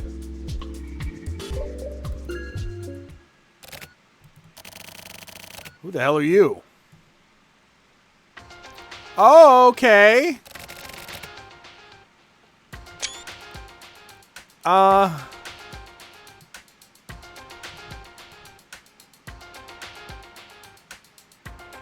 Good evening.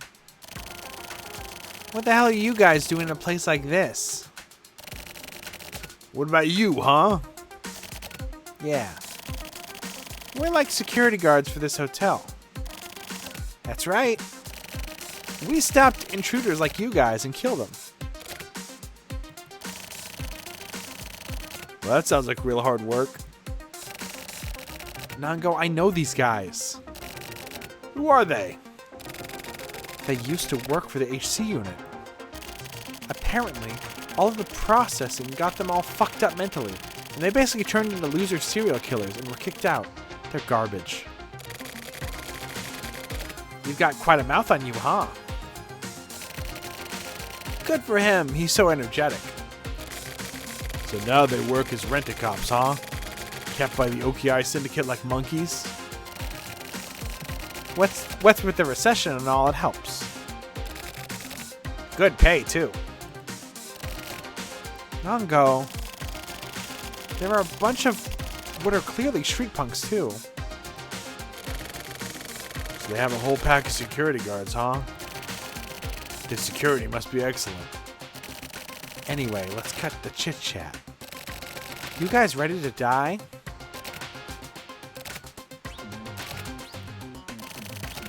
Mitsumoto. Do them. Got it. What the hell? What the hell?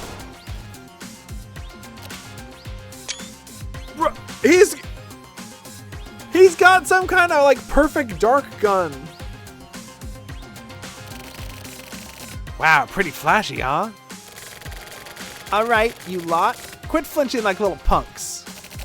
Go, go! No one's gonna comment that they're like monster people? Are you not coming with them?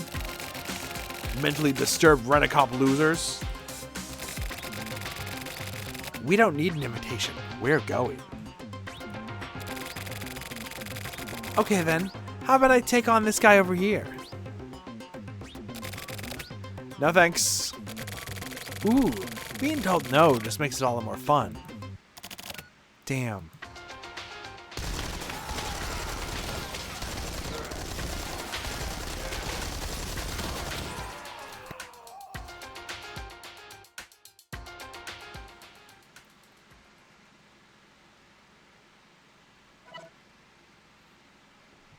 What do you mean another ad? There's only supposed to be one an hour.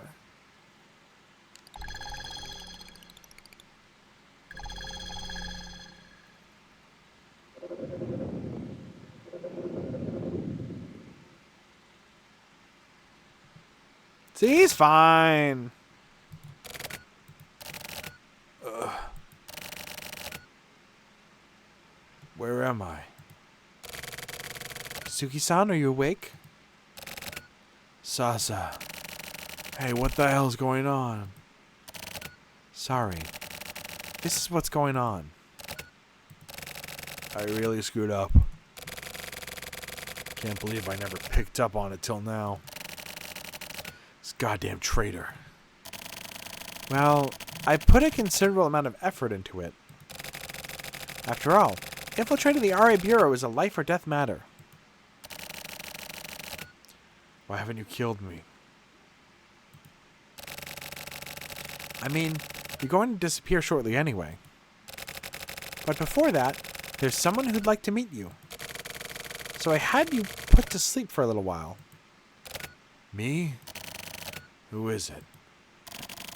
This person.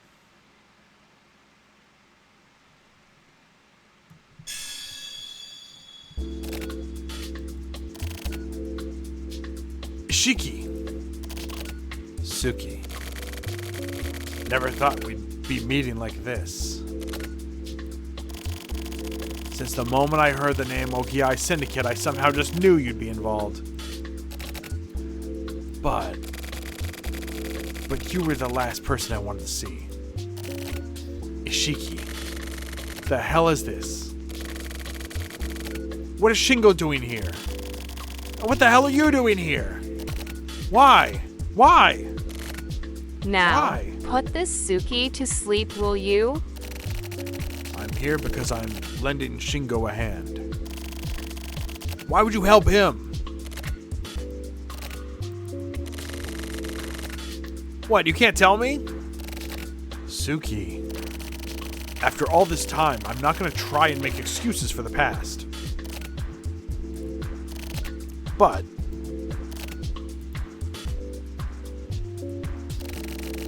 Ishiki, please hurry up and get rid of him. Things are almost finished down below. I see. Wait, Ishiki. We're not done talking. Suki, next time. What are you talking about? Suki-san is going to die today, right? Nope. You see, Suki isn't the sort of man to die just yet. I can tell. Anyway, take care of yourself. Huh? Thank you for the warning. But Suki-san, he's going to die today. Ah, terrible time for an ad. What's going to happen to Suki and Ishiki? Find out next time on the next Dragon Ball Z. I might actually go, I'm gonna actually go grab a refill of my drink while the ad's playing, I guess. Sorry, it's mid-scene. Why are there so many eggs on the ground? Why are there so many eggs on the ground? Oh my god. Why are there so many eggs on the ground? Why are there so many eggs on the ground? Hello, Oh my god. Indian eggs. Hello, Yeah, let's get the picture taken quick. Come on.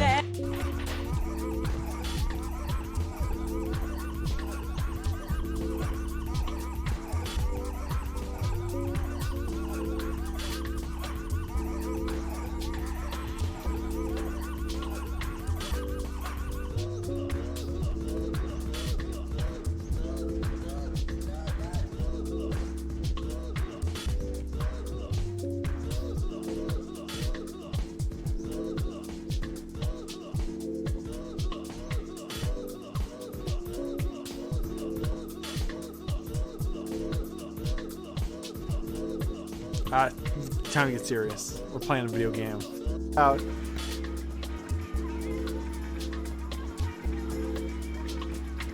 I feel like jumping into the ocean. I feel like you drowned. I'm an answer. Yeah. Hey, man, whoa. Plus, What? take me out of here.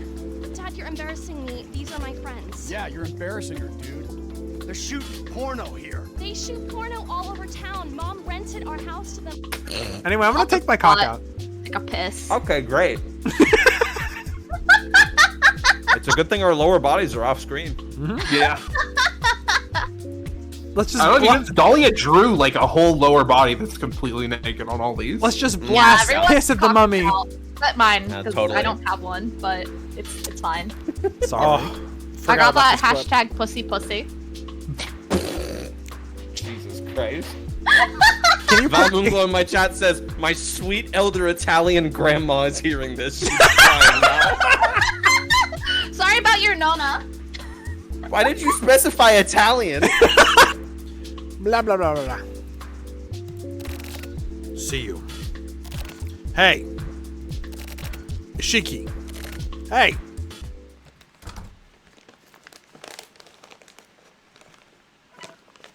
$50 minutes earlier. 11:10 p.m. Remember this after.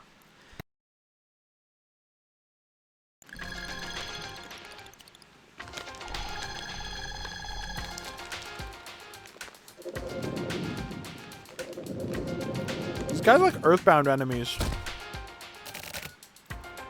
Ah! God damn it, putting us through all this. Mitsumoto, how's it going? Adjustment complete. Osato, how many are left? Apart from the guy you've got, everyone has been adjusted. In that case, tell us everything you know. Talk and I won't kill you. So what's it gonna be? Fuck you.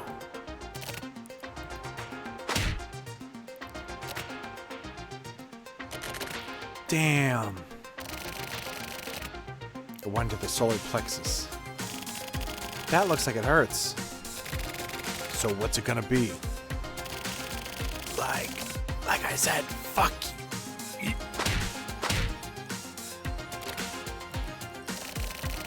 I was trying to say fuck yes, I'll tell you.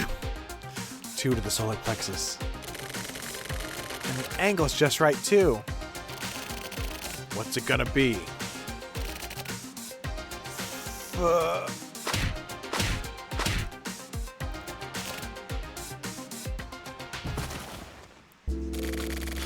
Three to the solar plexus. Is he passing out?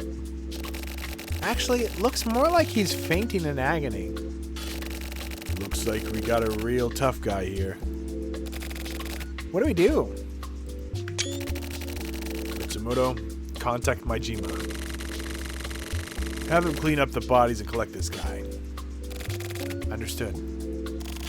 Osato, you go find Suki and the rest of them. Got it. Osato. Yes? I got this off a guy I adjusted. A mobile info terminal? Looks like it. We should be able to hack it if we jack in. So the Catherine Nano then? Yeah. This may contain information about the hotel. Yeah. I'll try it out. It looks like this requires a 4-digit password in order to bring up information about each floor. See what you can do about that.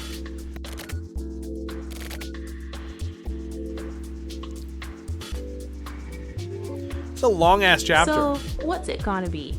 Yes, punches him. Oh, sorry, I thought you was gonna say no. He could have been saying, fuck, this hurts.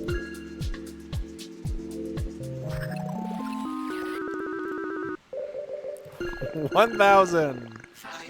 I don't know. What if it's 0001? Nope.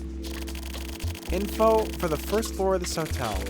4-digit password. That reminds me of what Suki-san said. Sometimes it's the most simple ideas that provide breakthroughs. 1001. But still. I was just gonna say fuck my chat life.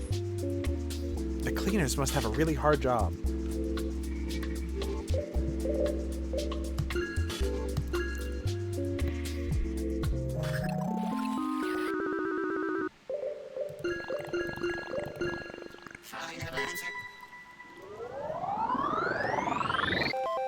You're fucking kidding me.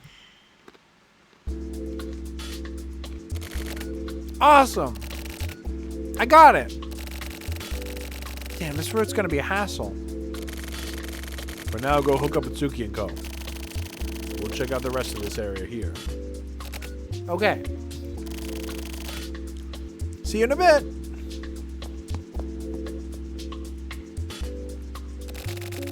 Is this okay? It's fine. We have other systems in place to track Osato's movements apart from his ID signal. And he doesn't know it. If this works out, then great. If not, then maybe next time. Anyway, the current target has got to be Suki.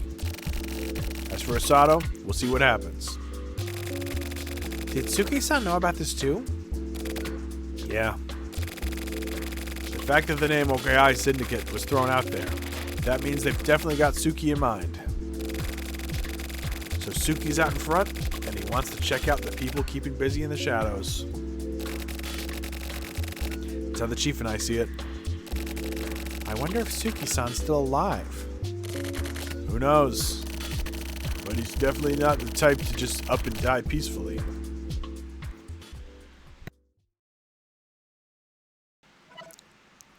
Yeah, he got shot in the back and then died of old age. Peacefully in his bed, surrounded by his family.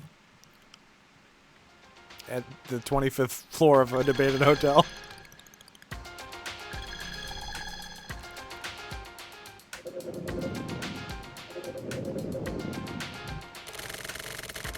So you killed Yabu? No. Someone else was tasked with killing him. I just guided the bodies along the RA Bureau. After all he's done for you. Yabu's probably pretty pissed off in heaven right about now. You think any of us are going to heaven? I never asked him to do anything for me.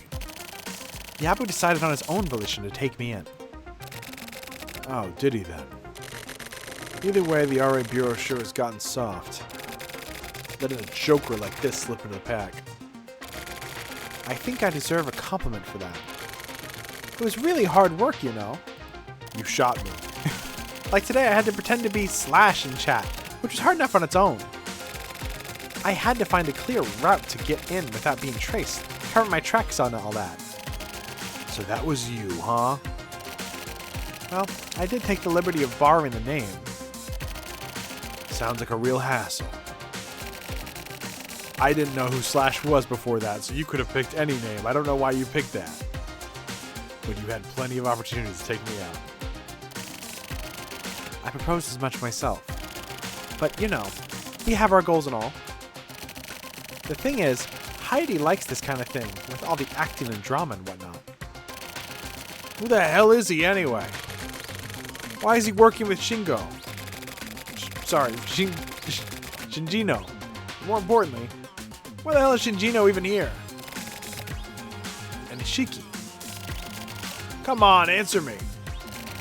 Suki-san. That's no way to request something from a person. And chat time is over. I have to be going too. You can go ahead and move on to the next world now. It's a pretty cold send-off for a coworker. Former coworker, that is.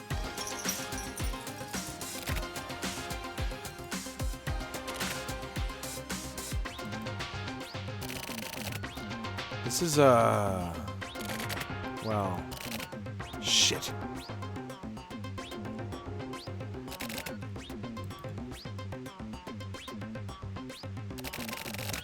All right then. Hey, shoot! Listen up, Sasa.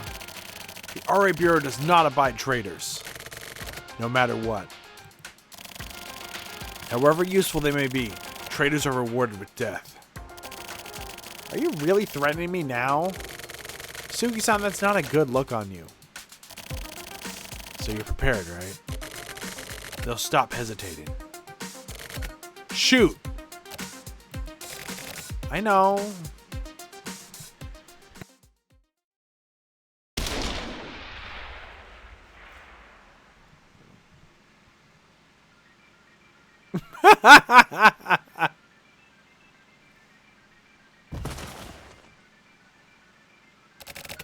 Phew. Adjustment complete. How was that, Suki-san? Nice one. Masato, get these off of me. Oh yeah, okay. They're off. Well, looks like I outrank him as your partner after all. I totally got your instructions. Didn't I order you to stay back and wait? Oh. Well, yeah, but you lied to me about that, so. Orders are orders. Yes. To make up for it, go shave your head. What? Come on! Like a cue ball. Suki-san, please don't make me go skinhead. Well, fine. You did help me out after all. I'll let this one slide. Oh, thank God. In exchange, help me out. My back hurts so bad I can't stand up. Suki-san, you really are middle-aged now, huh? Shut the fuck up!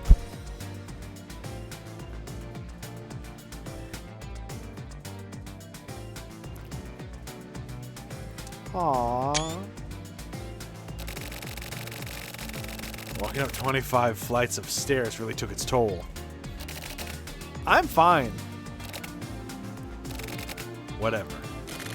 Masato, get hold of the Bureau. We're gonna report on the situation. Okay. You also got shot, but...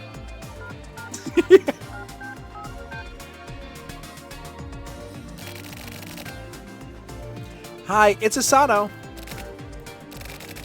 Oh, okay, I'll put him on. Suki-san, Ichigaya says it's an emergency. Ichigaya? This is Suki. Suki-san, is everything taken care of over there? Basically. I see. In that case, I know you must be tired, so I'm sorry, but could you please come back to the Bureau ASAP? What's up? The chief says he wants to have a meeting regarding adjustment duties. I see. So it isn't about these guys here? I'm afraid I don't know.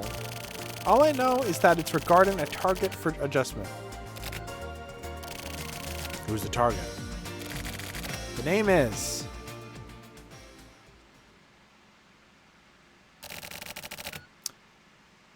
Tokyo Morishima.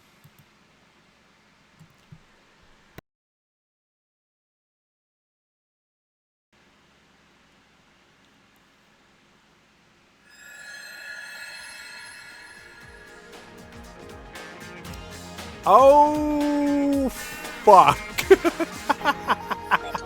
Oh, no. Barnyard. Your target for adjustment is Otis. It's Dr. Pig.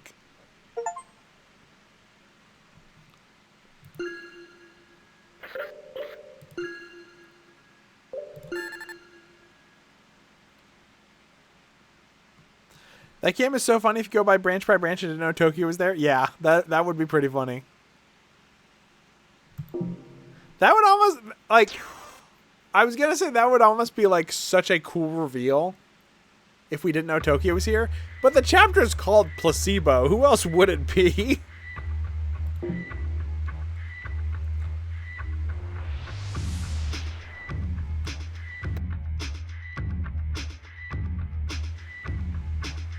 Back to the Barnyard. Hey, one of the voice actors from Killer 7's in Barnyard, so why not? The name's Andre Almeida.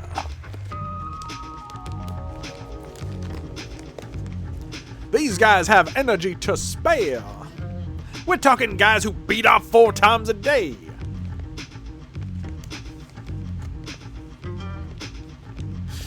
Oh, God. I'm sorry, it's still so funny that Andre Almeida, Liquid Snake, and one of the characters from fucking Barnyard are all Cam Clark. And I think he's in, like, God, was he in? He's in, like, wasn't he in Enter the Gungeon or something? Dude, Yogor! Deltarune Chapter 6 starts now.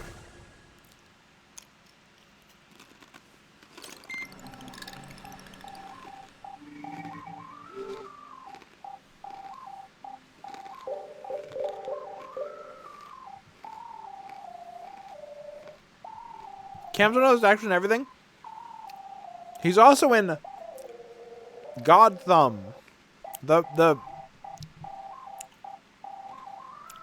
movie that's doing Godfather but with thumbs. He's in that too. He plays adopted lawyer son.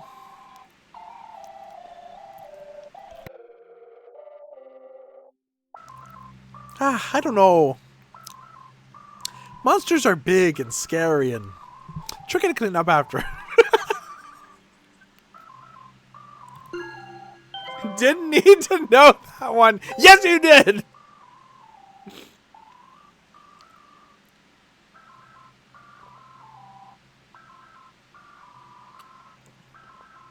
Today's word. Dead zone. A space with no sound. A silent world meant to make people nervous. In psychological terminology, it is the mental state of achieving a goal and then losing sight of the road ahead, accompanied by a sense of duty, giving up, and the sense of hopelessness. The place between life and death.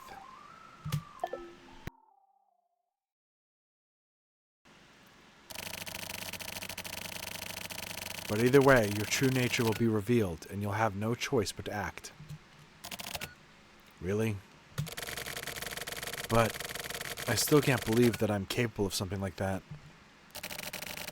It's your calling. It's your fate. And your destiny. It is not in order. Unfortunately, it's not in order. I can't give you that order.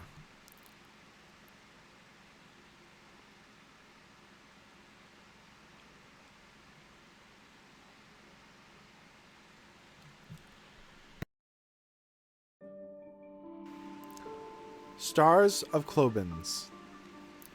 I'll go over this once more, but this is a place for me to write about my dreams. This place is saved on an online storage mechanism, and the text is open for third parties to read freely. Why am I even bothering to write something like this anyway? I can't think of a good reason now. It may simply be that writing something, anything, has just become a habit or a compulsion. Just like how when a person wakes up in the morning, brushing their teeth is a habit or compulsion. Habits and compulsions have stronger power than things with clear reasons. And with that, I'll continue to write about my dreams. The nightmare is set in the 25th ward. So many people have died. Accidents, murders, suicide. and they all look different, but they're all the same in the end. The same types of death repeated. How many people have died? Not a single resident believes that the figures publicized were true or correct. On the other hand, there is no life. Nobody was born and raised in the 25th Ward. The place is a huge morgue. Morgue is where dead bodies are kept. Bodies would be put on display in order to identify those who had died in war, or starvation, or of sickness. These places existed in the larger European cities long ago, and now the residents of the 25th Ward, even if technically alive, were no more than dead bodies. They are lined up nicely and in order on the borderline between life and death. They're lined up so that each and every one can wait patiently for their own turn to die. The residents were all gathered here. A pleasant living environment, an excellent location, all the latest cutting-edge facilities, etc. Bionic security systems and built-in kitchens and auto-reservation bedrooms. The buzzwords used by the PR firms were all true. There were also things left unsaid. While the 25th Ward provided comfortable living, it also provided a whole lot of death as well. By the time this was noticed, the residents were already busy going to sleep and waking up there, working there, and living their lives there. Several days after the 10th death occurred in one of those apartments in the meaninglessly tall towers, a video showing the moment of death made its way around the internet. The people who viewed it apparently fell into depression, but not because it was a real video. Conversely, it was because the unrealistic-looking death looked like something from a movie, and it messed with their emotions and made them uneasy. A beautiful woman died on screen. I knew her.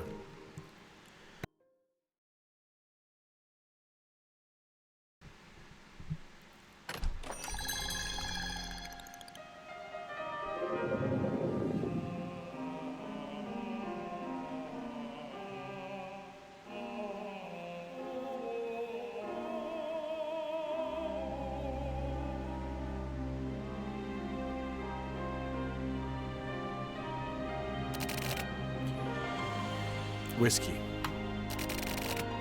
Is scotch okay? Anything is fine. Order like that, and I'm gonna give you the most expensive one we got. Are you from around here? Not anymore. This place used to have a different name, right? So you used to be a regular, huh? It was called Jackhammer, wasn't it? Yeah. I bought this place with all the furnishings. Did you know the old master? A pervert. That's about all I can remember. Shit. Me too. You're funny. No, I really can't remember. There's no way you'd forget that memorable face though, right? Can I smoke here? There's an ashtray over there. Thanks.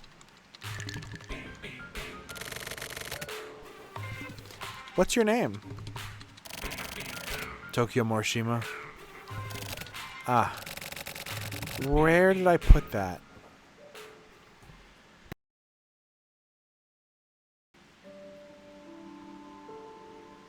Forgot the gay pervert? He was so cool. He's one of my favorite characters. He likes to get tied up and blindfolded. Rains of Porto Vecchio. The rains that had fallen for 3 days was about to end, and it was a cold, dim dawn. I was drinking tea and talking with her in my room. We had conversations like this pretty often. Back then, whenever we had time, we'd talk.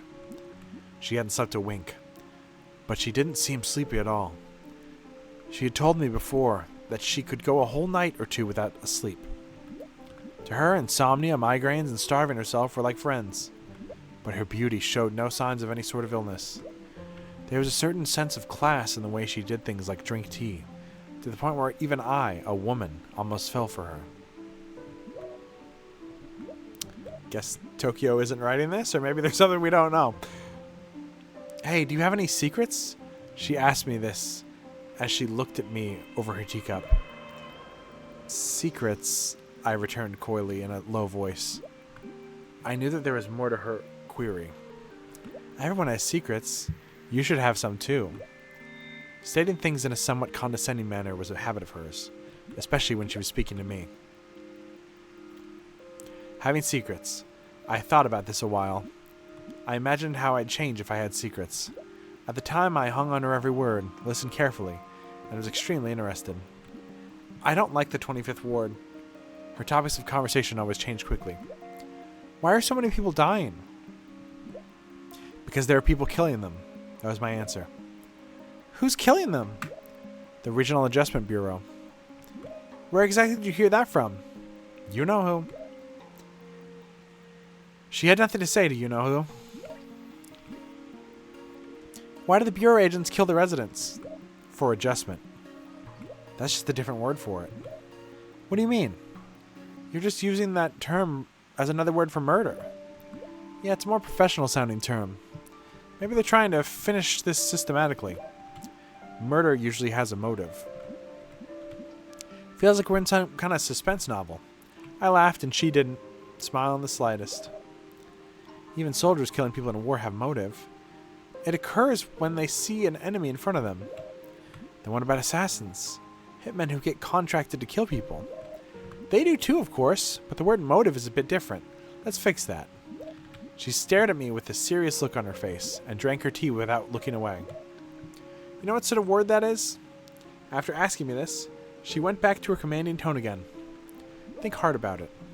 I thought about it. Then, 1 second later, I answered, murderous intent. As I said the words, she smiled briefly for the first time and slowly nodded her head.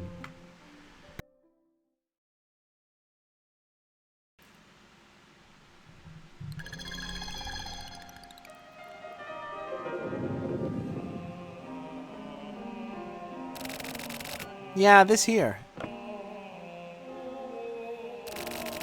It's a turtle.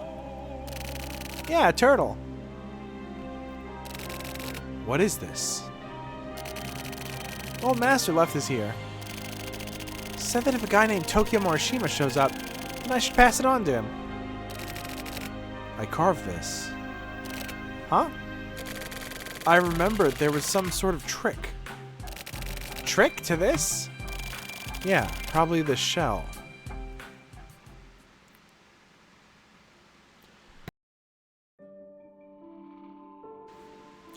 Skies of Jeddah. I wonder what sort of feelings I must have had for her in the beginning. Maybe it was like how a little sister feels about her big sister. Back then, I was still pretty immature and naive. But we weren't actual sisters, and we weren't even friends or acquaintances either. I knew that, so our relationship had a sense of fabrication. Something really scripted about it. If this was about me and GLG, then I would be able to concretely say what sort of relationship we had. It was extremely simple and clear and beautiful. A master-servant relationship. He was my master. Any order that GLG had given to me, I followed it to the letter, no matter what. It wasn't a bad thing. For me, being controlled by him made me happy. Being ordered to do something and then having to fulfill that order was pure bliss. She was ordered by GLG to be in charge of my training. She told me, think of her as a big sister, and I'll learn a lot from her. So I did my best to follow her orders. And though I was able to indirectly feel the same sort of pleasure, what was complicated was that I had one more little sister. I don't know if she was actually younger than me, but GLG told me to think of her as a younger sister and to get along. But she acted much more like a real person than me. She was a stupid and foul-mouthed and sarcastic girl. My big sister was Milu, and my little sister was Miru. And I was Meru. Apart from Milu, GLG gave us those names. I don't think the three of us had all spoken together at the same time before. I have no memory of that. We may have once, but I can't remember it. Basically, both Miru and I trained respectively by Milu. So with regard to Miru, I thought of her as a younger sister who had been brought up in a different place from me. I had a job that I was assigned. My job was talking with men in a sex chat. Apparently this actually has educational purposes.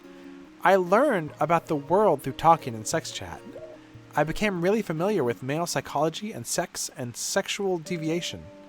I became able to pretend like I was having sex for hours.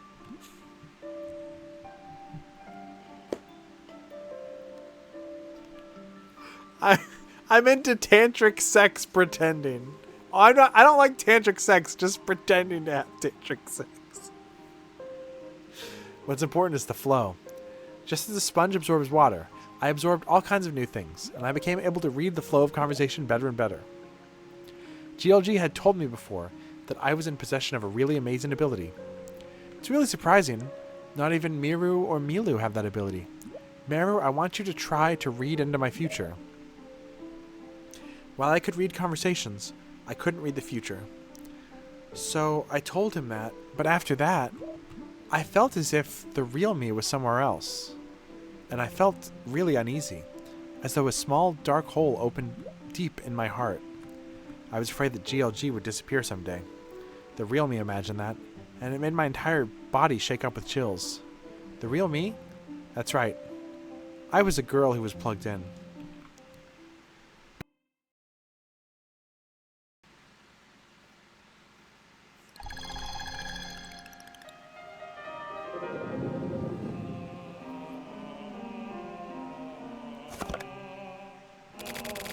Haha, the shell came off. There's something inside. What's this? You mean you put that in there yourself? Looks like it. What a weird present.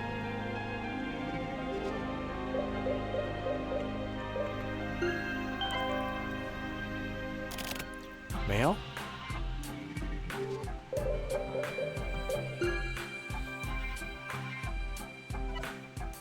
The mail function is locked. Input your lock number.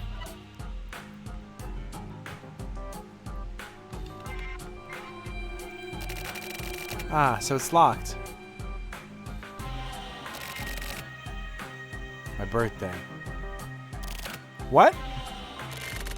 I use my birthday for pin codes. Ah, that's pretty dumb. But I don't know my birthday. What? That's way past simply dumb.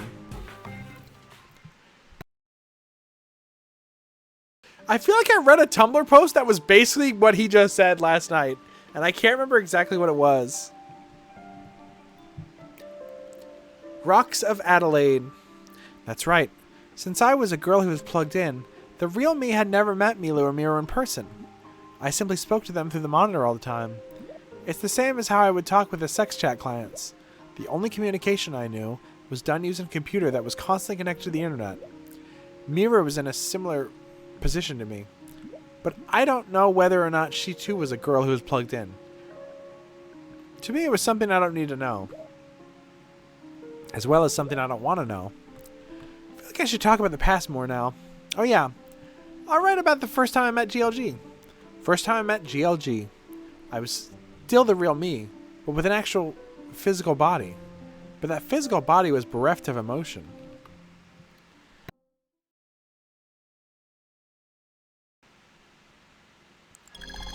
Okay. I think I'm understanding less and less. Why don't you know your own birthday? Because I don't remember. Do you have amnesia? I've never had much memory of when I was a kid. But recently I've started realizing that I can't remember lots of other things either. How come? That sounds pretty bad. But sometimes I can remember things. Like what, for example? Like this bar, for one. Oh, this place? Yeah, I felt like I came here. I might be able to remember more. Haha, I see. What a weird customer. Sorry. Do you have a license? Huh? If you check your license, it has your birthday written on it, right? Oh yeah, I guess so. Looks like I'm way smarter than you. My license. It's in my wallet. March 27th. So you're an Aries.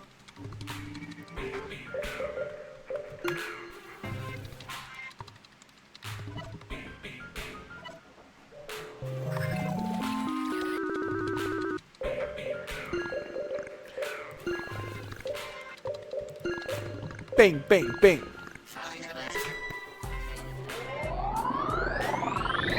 What?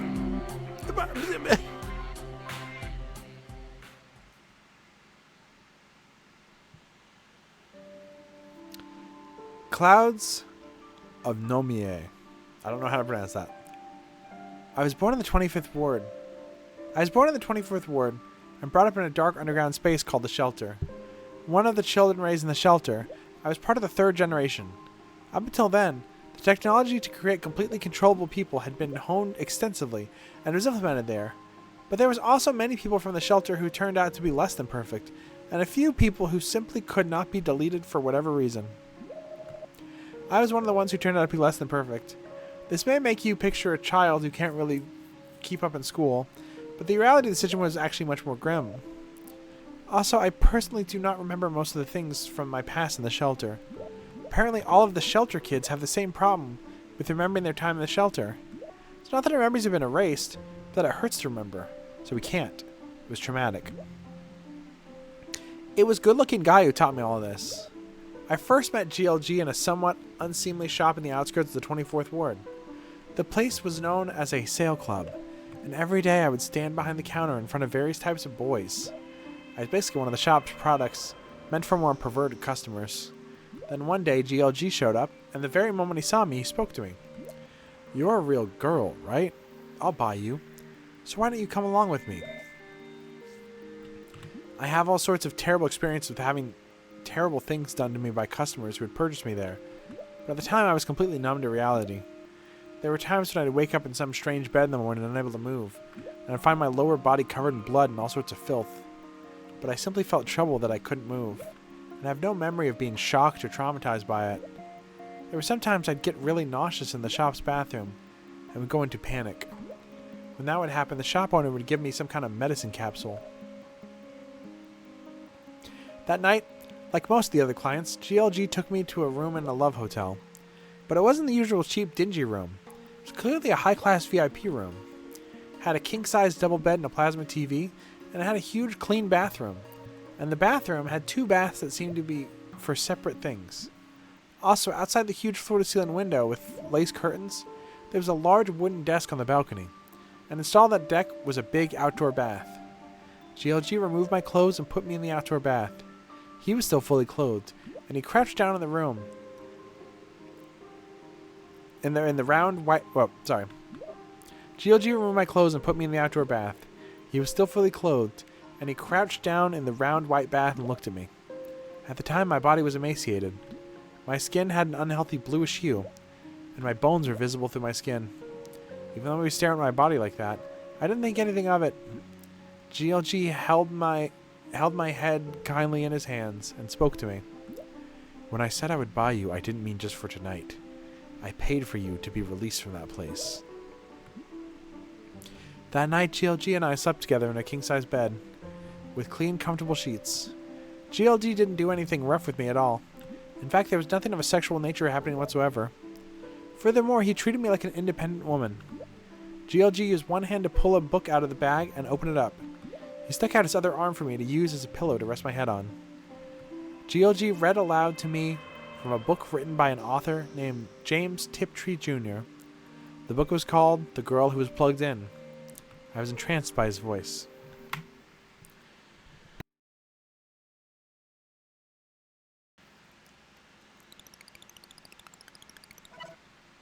Incorrect lock number.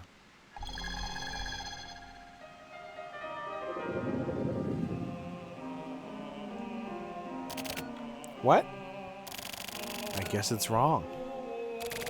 How come? This license. Maybe it's a fake. You mean a forgery? Hey, you're not... I may be. You seem like a dangerous guy. Sorry. Do you have anything besides your license? Just a credit card. But it doesn't have my birthday written on it. What about your credit card PIN code? PIN code? I think it's my birthday. But I don't remember ever having used it, so I don't know. Jeez. Shit. Well then, how about Ah, screw it. I'm gonna close up shop for the day. How come? Nothing. Just kind of... I have a weak spot for dangerous guys.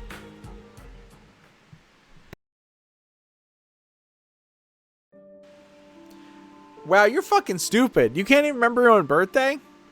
God, I'm so horny. Blood of Caracas.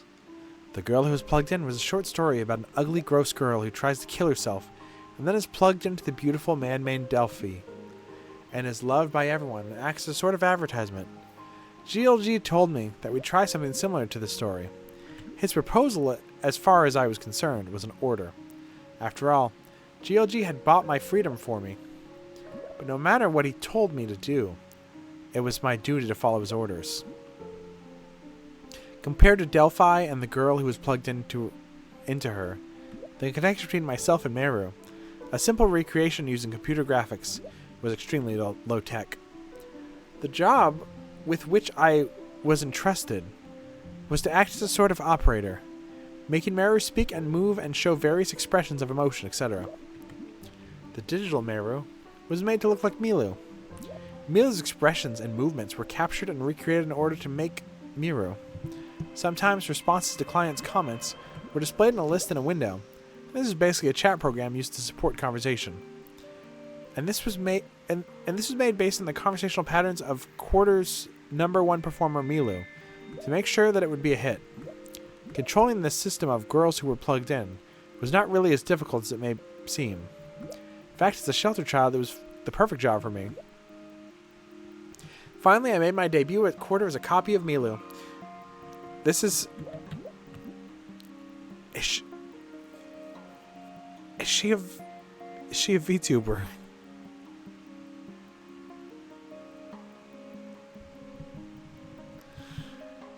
It really was sort of my fate. Useless girls brought up in the shelter, before becoming grown women, were cut up and sold to rental shops for rich men to pick up. And before you know it, you're just a virtual woman hooked up to a computer. Until then, I didn't actually have any emotions. I'd never cried nor laughed before. But as I chatted with countless men, I gradually started to get all my emotions back. Actual physical sex and sex chat seem similar, but are vastly different. The men type out these mysterious phrases. The melons are delicious, huh? Oh, the melons are twitching. Wow, they're so cute and delicious.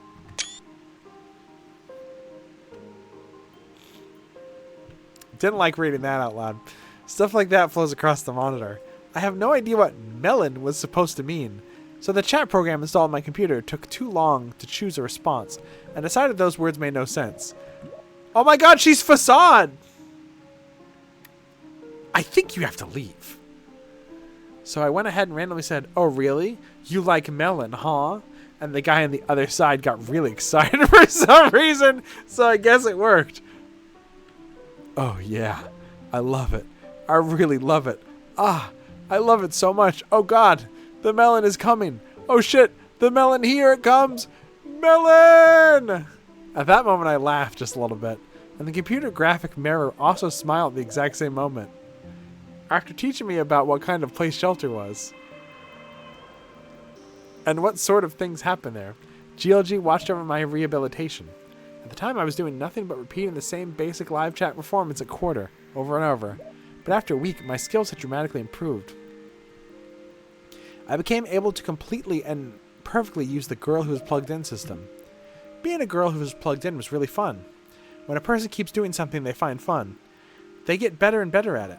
I think that GLG had a really good eye for talent. I was a genius at being plugged in.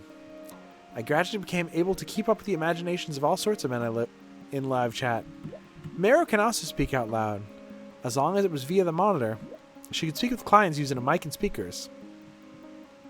As for the subjects used in chat, they covered everything from spiritual sounding, voodoo-like nonsense. Okay, I definitely read that wrong. Spiritual sounding voodoo-like nonsense to inform of the latest cutting-edge gene splicing technology. I became able to talk about anything.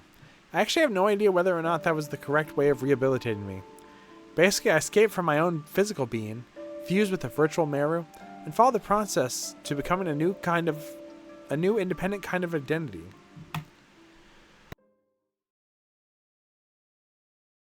Okay, now I don't know what a melon is. I thought it meant titty. What do you mean your titties are coming? Why do you have one? Why do you only have one? That's a rude question. I'm sorry. Here we go. What's this? This will help you figure it out. So what is it? It's an online skimmer. It skims the magnetic info strip of a credit card, accesses the appropriate server, and automatically hacks in and finds the PIN code. Hey now, that's really something you got there. Some of the neighborhood thugs left it here. How do you use it?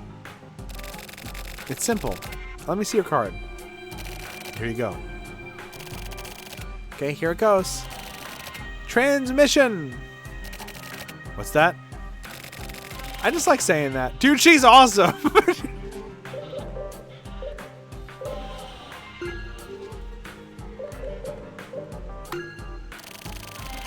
You enter in a 4-digit number. And if the number and position are correct, the hit light will glow. If only a number is correct, the blow light will glow. I see. So it doesn't like automatically find out the number for you then. That'll be nice, but no. Okay, that's understandable. I gotta play Wordle.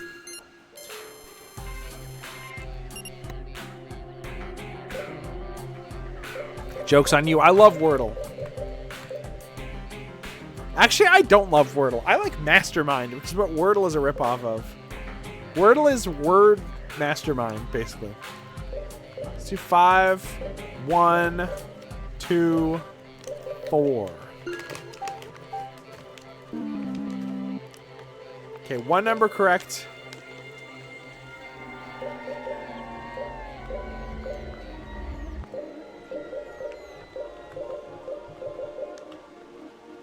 Five, 3, 6, 7.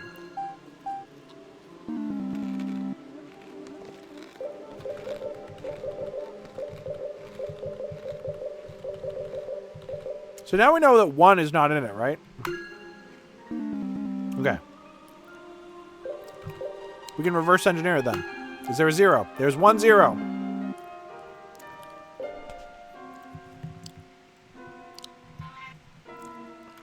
Is there a 9? No 9. 8. No 8. 7. No 7. 6. At least 1 6.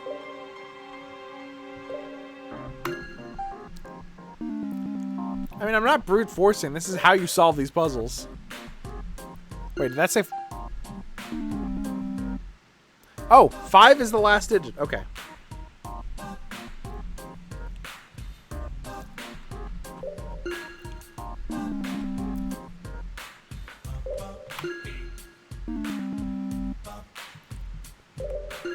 Wait. Okay, there's a 2. So it's 0, 6, 2, and 5. All right. Well, we know 5 is the last one.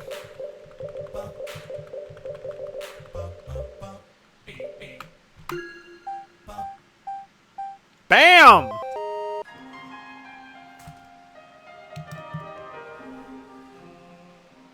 His birthday was like 4 days ago? We missed your birthday. Oh, no.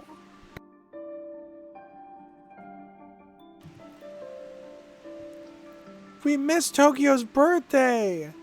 Dude, I'm going to be so real. I thought the ad was going to show up right when I was doing the puzzle, and the ad would play throughout me doing the puzzle, and the ad would end when the puzzle was over. No, the ad starts right when I finish the fucking puzzle. God damn it. My birthday's right now. Everybody say happy birthday, Dirt Puppy. Happy birthday, Dirt Puppy.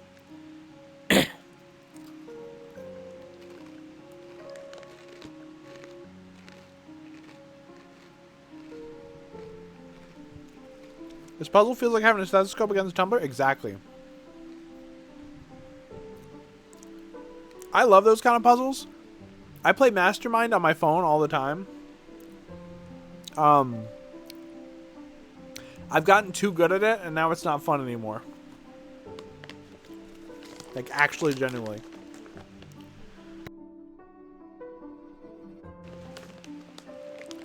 I saw several happy birthday Tokyo posts. That's crazy. If this is even his real birthday. Since the last one was fake.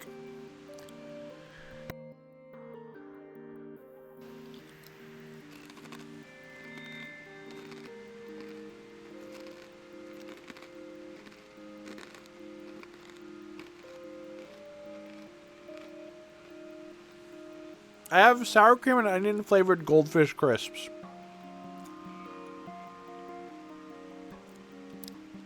I think goldfish should stick to cheese. These suck. I'll eat sour cream and onion flavored anything and I don't even like these. One time I saw sour cream and onion flavored... Sorry. Pringles sour cream and onion flavored ramen on the internet. And I was like, I'd eat that. You kidding me?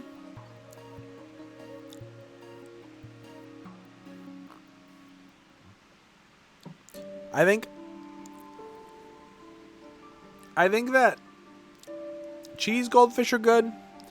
And specifically the vanilla cupcake flavored goldfish that are like graham crackers are also good. I don't know if they have any other good ones. I saw ones at the store that had a Squirtle head. They were Squirtle flavored. They looked fucking terrifying. Let me see if I have a picture of the Squirtle. The Squirtle crackers. I took a picture of my phone. I don't think I put it on my computer though. Fuck.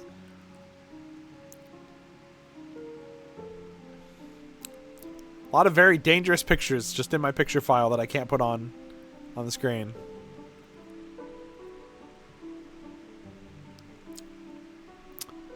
I have one that has a word that cannot be said on Twitch on it. It's the first few words of it are "You're a good kisser," and I'll just leave it at that.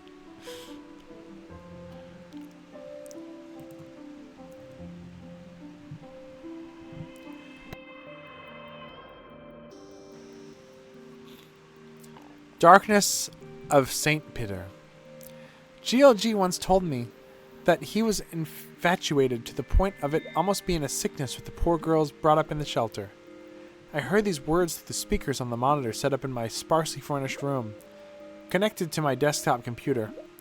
I could see GLG's face through the monitor, and he somehow looked exhausted. So I went up and looked into them, and as I came into contact with him, I found out that when provided with the opportunity to use it, the girls had immense talents that could be made to blossom. Sometimes in order to do that, things would get dangerous, but that made it all the better for me. Does that mean you were drawn to them sexually? I questioned GLG. The me in the monitor wasn't the real me, but Meru. I think so. I think that might be my own sexual perversion. Even if they're from the shelter, I don't feel the same way about men. Ha ha ha ha ha ha. Guy who's like, wait, you play the oboe? Oh, I'm so hard. I didn't know you could play the oboe. That's so hot.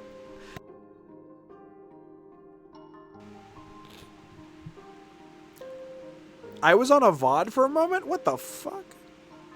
The girl who was plugged in system tried to make Meru smile, but at that time, I went against the system and expressed my own feelings. I sometimes felt like doing that. Does that mean that you love me? With that, GLG somewhat mysteriously narrowed his eyes and stared at Meru on the monitor. But this mouth formed an ever so slight smile. Yes, that's right, Meru. I love you. I thought that if that was the case, then anything was okay. I had my physical body taken, but was given a heart in return. It was way better than before. For the first time in my life, I was aware that I was actually happy at the time. Also, I thought GLG was the only person who would treat me like a proper woman. Truly the only one.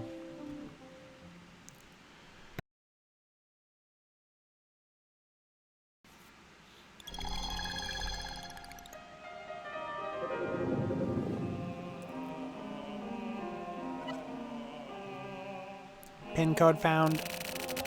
June 25th, huh? So, you're a Cancer. We might make a good match. Okay. Now to see if I can read the mail or not.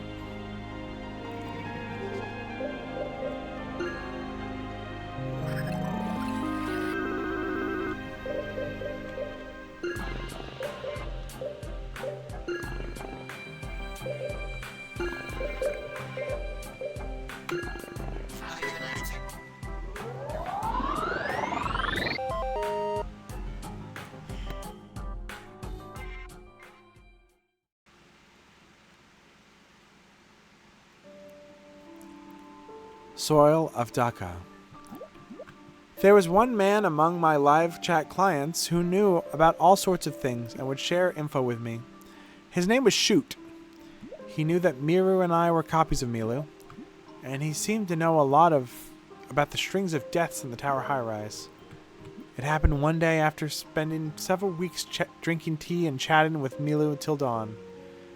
During one of our live chats, I asked Shoot a question that had been on my mind for a while. All the people who've died were killed because of really stupid reasons, right? Huh. Well, yeah, pretty much. He answered me matter-of-factly. I, Meru, rested my chin on my hands, and I looked into the webcam and cutely tilted my head. So, they were killed because of stupid things, like, for example, throwing out trash on the wrong day, right? What about it? So at first, it was thought to be organized crime perpetrated by the apartment landlords, wasn't it? That's good, Shoot replied with a smile. You're not exactly right, but you're not far off either.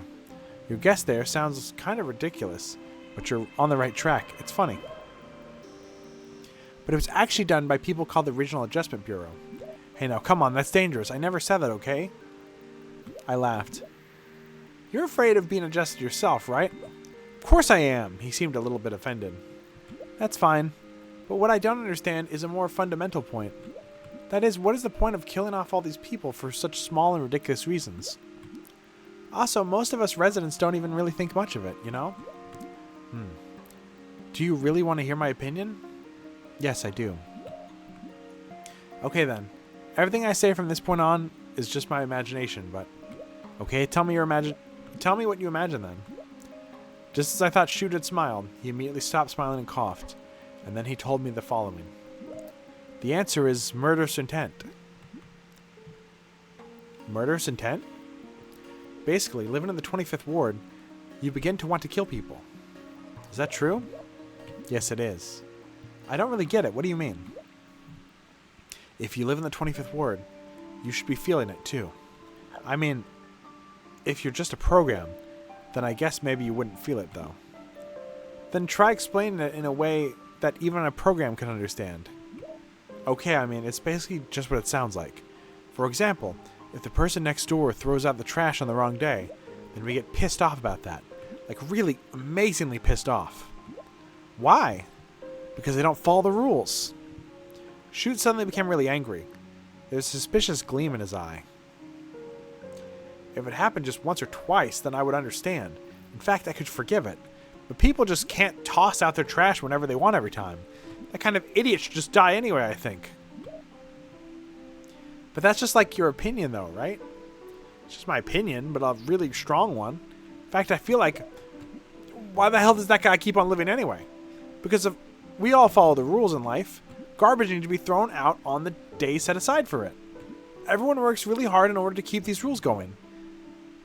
If there's a days when you just can't take out the trash, then sometimes you buck up and live with stinking garbage for 3 days or so. Well, try not to puke, you know? Nobody just ignore those rules and live however they like. That's how society works, isn't it? So you don't just sort of think they should die. You feel murderous intent towards them? Yeah, that's right. In the 25th ward. Getting annoyed or irritated or getting pissed off at someone always leads to that. But I mean, even so, I don't actually kill anyone though, you know? Then it's not murderous intent, is it?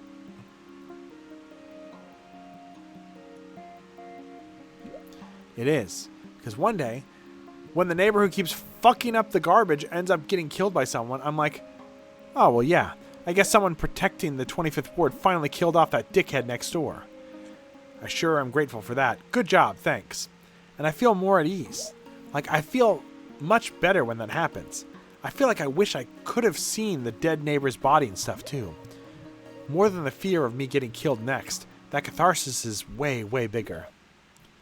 It's a kind of catharsis? Yeah, to the point where you can feel the dopamine release in your brain.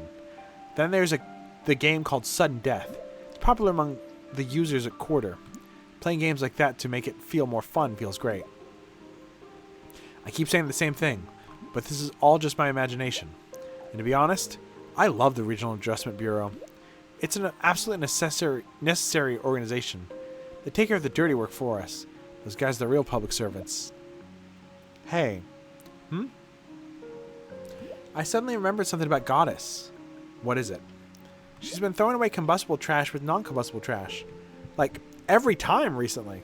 Seriously? Seriously. She was keeping it a secret, but I know that she's been doing it this whole time. Shoot opened his eyes as if he was suddenly shocked. Mirror's eyes moistened up. The real me was getting excited. And as my body started shaking, I froze my gaze on the monitor.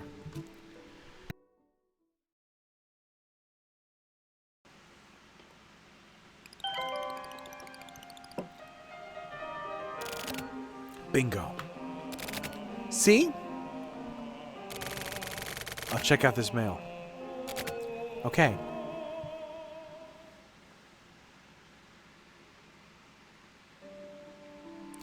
Winds of Baku. Since starting to live as a girl who was plugged in, and I as in my previously separated body and mind, started to finally come together. But as Meru. While I was becoming a person who had emotions, it was only when I was acting as Meru. Even so, it was so mysterious how my warm, heavy body actually didn't just rot away and die. Conversely, as I continued living like a hermit, I did keep myself healthy and full of nutrients, so I continued to gain weight. Maybe my physical body had finally started to develop properly. I don't know how old I am, but at the very least, it was clear to me that I had not yet reached my 20s. As my weight had become about twice what it once was, I started feeling differently about Milu. Just as Shuta told me, the fact that she was mixing up her garbage got me so angry that I was no longer able to overlook it and forgive her for it. This is the sort of rule that everyone needs to follow, and it can't be broken. And also annoyed me that she was Meru's original as well. Furthermore, the fact that she was getting so much love from GLG was becoming unbearable.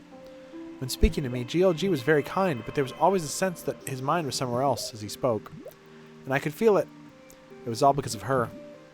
I thought it'd be funny if Milu were to be adjusted. I thought about what would happen afterward. Meru should die too. She may be a program, and if so, she should be deleted. If that were to happen, only Meru would be left of the three, a total victory. But I felt that that was something different from murderous intent. It was a cooler emotion. Maybe it's because I'm different than other people. It was something closer to curiosity, an interest in what would happen if Milu died. I wonder how she would die. When it actually happened, according to what I hear, the RA Bureau used a strange weapon called a pin stick when carrying out the adjustments. Apparently, it had a long, hard, sharp pin that would stick a person from the back of their neck and reach all the way to their heart. And I imagined it in detail, like a long, thin penis protruding from Milu's crotch. I imagined it in such detail that I actually sort of wanted to try drawing a picture of it. But the bad intentions that had swelled up inside my heart never came to shape. And even then, I would meet with Milu via the monitor several times a week, drinking tea and coffee and sometimes alcohol and talking with her. The way Milu spoke was the same as it had before, to the point where she couldn't even tell she was the sort of person who would mix up their garbage like that. Apparently even making all sorts of predictions recently. Milu asked me this while staring at the webcam, as if trying to see what sort of expression I had on my face. Even though she knows Meru, it's simply computer graphics. Just a little bit, I answered. It was the truth. I just talk about the random visions I happen to get sometimes. I wouldn't call them predictions. Do they turn out to be true? I don't know, but the clients like to make up stories and make all sorts of comments about them, I guess. So they're not true then. I never looked into it, so I don't know. With that, I gave Meru a somewhat troubled expression. I was happy to think that finally, I was able to keep a secret from Milu. Okay, so we got VTuber drama and jealousy to the point where she's imagining a green, long penis. I don't really know. I don't.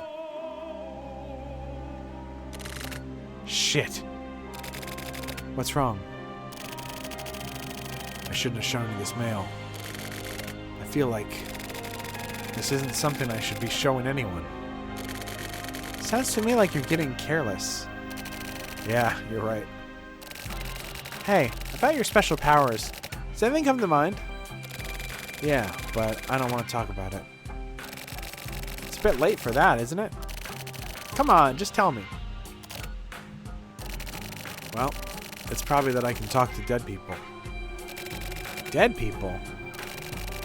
People who've just recently died. Also, maybe people who are about to die? Anyway, apparently I can communicate with people like that. I see. Yeah. You know, that's probably not dead people, but they're residual thoughts. Huh? Really? You want some more whiskey? Oh, yeah. Okay, one more, I guess. You ever played the game Killer 7? I'll have one too.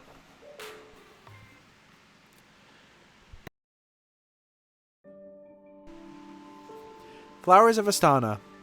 Milu dies on a moonless night just before midnight. Turtle guy appears and steals the password. Goddess looks up at the ceiling and suddenly stops breathing. The vision was amazingly clear, so I had just assumed that it was my own wishes and desires that I was imagining. As I was acting naughty with Shoot, I suddenly typed out those words like I was some sort of automated writing program. But I just could not seem to figure out what the part about Turtle Guy appearing and stealing the password meant. Where did that come from? Did it mean something? I had no idea. A turtle guy stealing a password? That sentence sounds like a joke. What exactly was a turtle guy anyway? 3 days before the moonless night, hoping that Milu would somehow be killed, I contacted the Regional Adjustment Bureau anonymously. When I had that idea, I suddenly realized that all the people who had been adjusted so far were probably adjusted due to other residents reporting their habits too. Adjustment should be something that is contracted by the residents. Using a customer who would talk about how he was able to get his hands on anything via net auction, I obtained an illegal number from a phone which the owner's info had been deleted. I used this to make an anonymous call to the RA Bureau.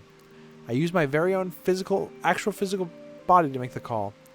It was actually the first time ever in my life I would use my own voice to speak to someone over the telephone. Maybe it wasn't because of that, but I wasn't able to report her properly. As soon as they answered with, "Hello?" I suddenly froze up and had ringing in my ears. My mind went blank and I couldn't think of anything. I knew I had to use words and speak aloud, but I couldn't. I was only able to make a strange sound with my mouth, so I almost immediately gave up and hung up the phone. It was completely different from Meru's constantly smooth and cool communication skills, but I wasn't plugged in. I was even more of a useless waste of meat than before. It was embarrassing. So I thought about what had happened. Now I was the one who most wanted to be able to believe Meru's predictions. I felt that Milu could only be killed on a moonless night. Of course, the normal, rational part of me thought that it was totally fine. If that were to happen, then I would simply continue to live the same sort of life I'd been living up to that point. But the part of me that wanted her dead just would not go away. The image of her, staring up at the ceiling with her mouth wide open, looking like a fool, stuck through, burned in my head and wouldn't disappear.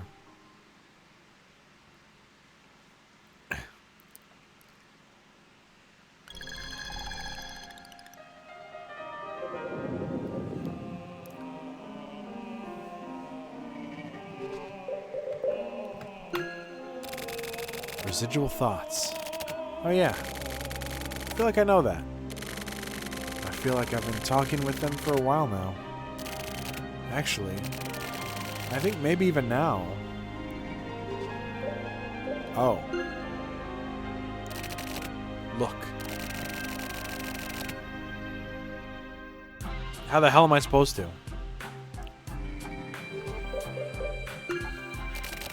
Damn. Can't figure this out. Hey, it just flashed 6-7 on the screen for a split second. I'm sorry. Shells of thin foo. The night of the new moon. The air was thick and a chilly wind sometimes blew. That day I was unable to calm down from the time I got up in the morning. Then, when the sun had finally gone down, and you could finally say it was night, I found out that Turtle Guy had appeared. Turtle Guy appeared on Miru's channel. I quarter. Came in the chat asking for the password for Goddess. I received a mail from Miru explaining all this. Her mails were always extremely businesslike and formal. The mail, entitled Suspicious User Report, had his handle, ID, and IP address, and the entire chat log was also attached to the mail as a text file. As I was reading the chat log, someone called for me by messenger. I clicked on it to see if it was Shoot. And he told me. Just then, a stranger had called him at home and offered to give him info about Goddess, all of a sudden. Shoot was told to come to the clock tower in Area 7 on the tower high-rise in 10 minutes. And it didn't seem like he was going to go. He really hates meeting with people. Like me, he rarely set foot outside of his apartment in the tower. I assumed that the person calling Shoot at his phone was Turtle Guy. I made a quick decision and asked Shoot to give me the number left in the incoming call history. I sent him a message saying I can get the clock tower in 5 minutes, so I'll go and take a peek at this guy, as a joke. I'll report later, and left my room.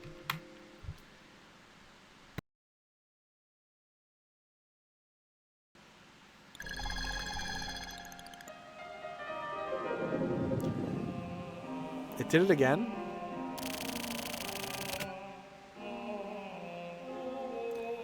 What are you thinking about? That mail? Yeah. You know, I'm a bit concerned. Concerned? About what? They said that when you feel like you're being careless, it's good to sharpen a knife. Huh? Huh, really? Yeah. A guy I once dated was like that. There's a huge age difference, and you probably don't care, but... No, tell me about it. It's nothing important. The proper way to sharpen a knife is actually pretty difficult. If you're interested, check it out online. You find all sorts of ways to do it. Okay. Basically, the fact that it's difficult is sort of the point. It's hard to sharpen it properly, like for an amateur to give a proper edge. But in order to get it sharp, you need to get a sharpening stone and just go to town with it. Apparently, it helps chip away at whatever's bothering you, too. I see. It probably sounds like bullshit coming from me. But I've tried it out, so I know what I'm talking about. Putting your all in sharpening a knife makes your senses get sharper, too, slowly but surely. All the unnecessarily garbage disappears, and what's important becomes visible. Sharpen a knife can do that for you.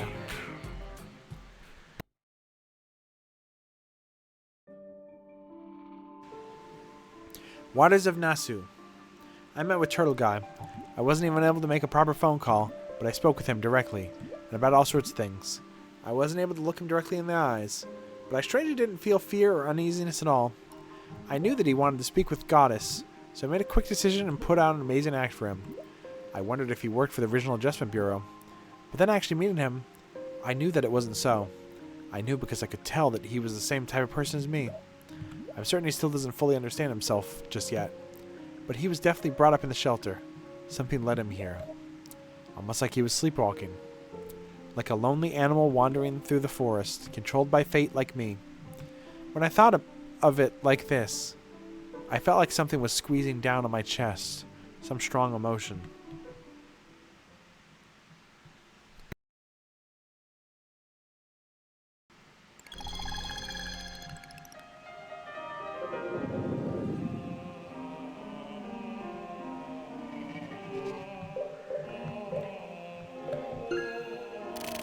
Red.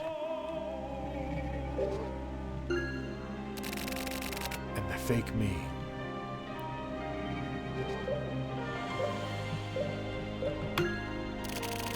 That's right. Sharpening up my mind. That's what I need to do right now.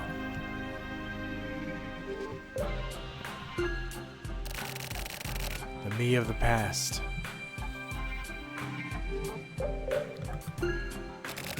Yeah.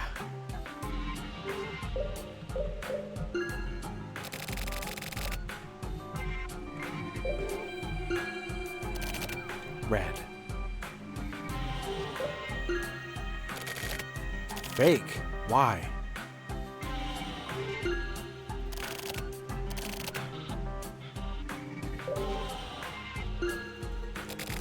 The me of the past.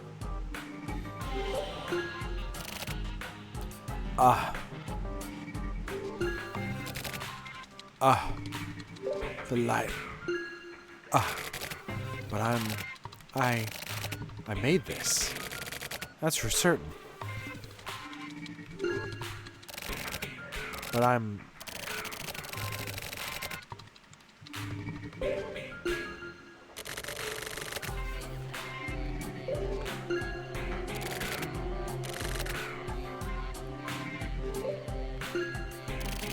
Oh yeah. I got a knife and I...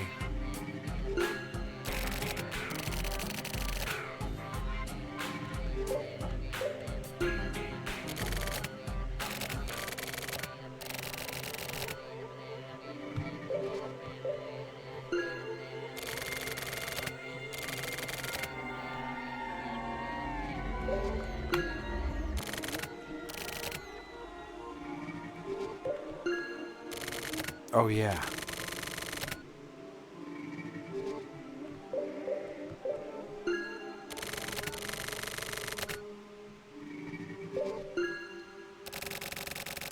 I shouldn't remember.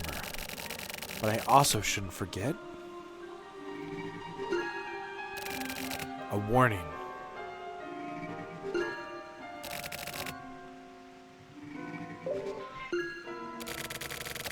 That was it. Where is this place?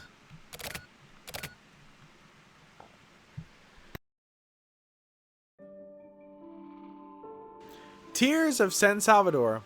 As I finished my meeting with Turtle Guy and went back to the room, I began some preparations. I sent a message to Shoot. I made him promise not to chat with Goddess at 11 p.m. Just as I had warned him before, Turtle Guy appeared and stole the password, which meant that the thing we spoke about previously was going to happen. Next, from my closet, I got out the pinstick gun I had procured for me by the same man who had got me the illegal cell phone. It was a real deal. Some kind of origami attached. I was confident that I could play this through. Climb behind the ceiling and stab Milu through the top of the head. The fact that I had imagined it in such detail must have been because it was me who was meant to kill her like this. But did I really possess the murderous intent necessary? I felt like maybe I didn't. At the time, what I felt was a sense of calling, that murderous intent I had held on to for so long until recently was nothing more than an opportunity. Gun and phone in hand, I stood up.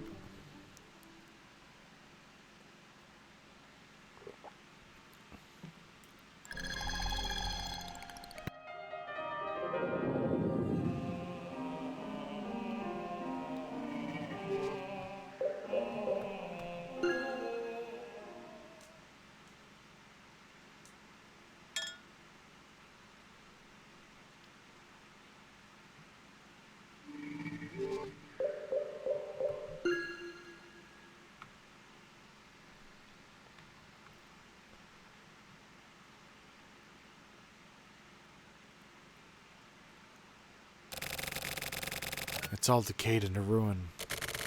Everything. Oh yeah, her too.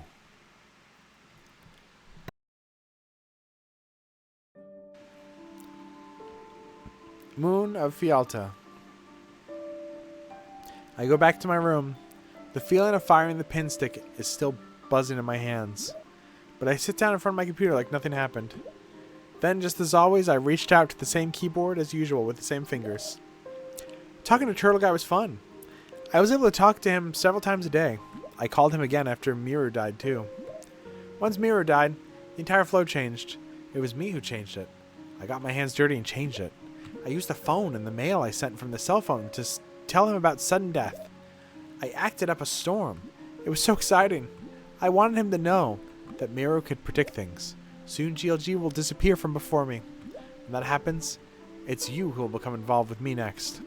That's what I really wanted to say. To you, my very existence itself is like a gun with the same sort of pinstick equipment to it. Once again, I sat down in front of the computer and prepared. Turtle Guy entered my channel on Quarter. There was something very important that I had to tell him. I had to tell him that this is the beginning.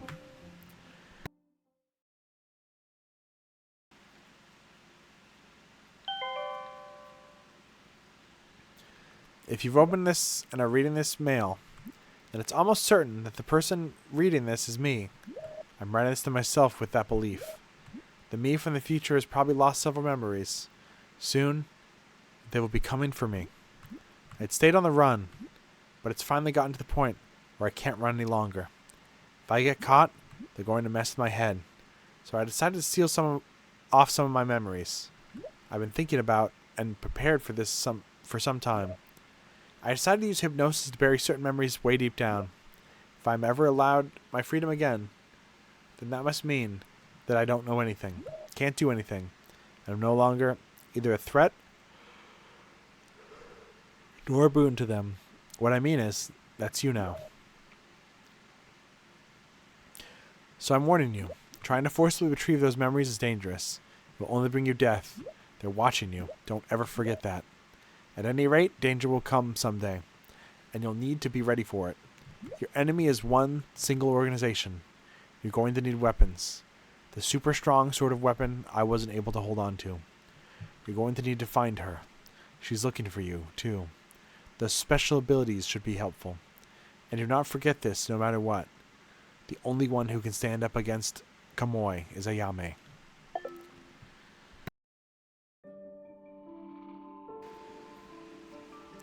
The flower that blooms. After I finished chatting, I wrote a mail to GLG.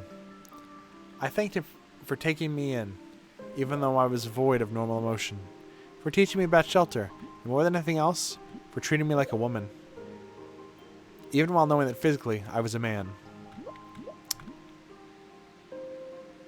Until I was given the existence of Meru, the reason that my mind and body were always all messed up is because I have a gender identity disorder. My body is a man, my mind is a woman. I don't know if I was born with it, or if it was due to my life in the shelter. I mean, it's pretty cut and dry what it means. The splitting of genders happens over several stages in between the sperm and fertilizing the egg and the birth of the child. Physical gender is set 8 weeks into embryonic development, and mentally, it happens between 5 and 8 months. When this process works out properly, the child's gender matches up in both body and mind. So with gender identity disorder, some sort of trouble occurs during that process, and the genders of the body and mind split up. That is one possible theory. In fact, there are actually recorded cases of this happening. Anyway, precisely because my mind and body were all messed up, the girl who was plugged in the system fit me. Meru and I were a perfect match. Although I'm a fake woman, with the appearance of a woman, the clients as my audience, my communication with others a woman, and having felt what it's like being treated like a woman, I was able to find who I was supposed to be. When that happened, for some reason, my special abilities of a shelter child suddenly made themselves apparent. I sent the mail and took a deep, deep breath. I thought about the future, my calling, my fate, my destiny. Calling disorders are yeah. I mean, this is... But why did she have to be killed?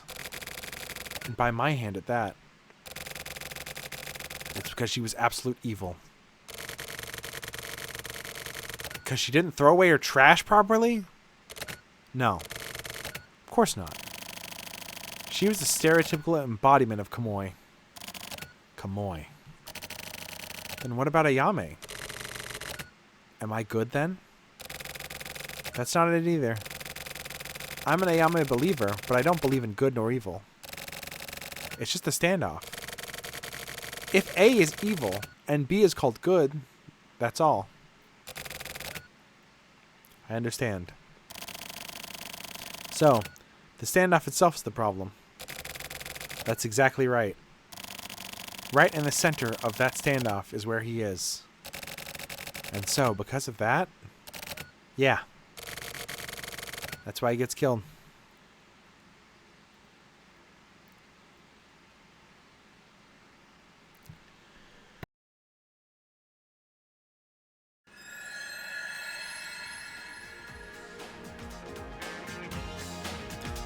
Well,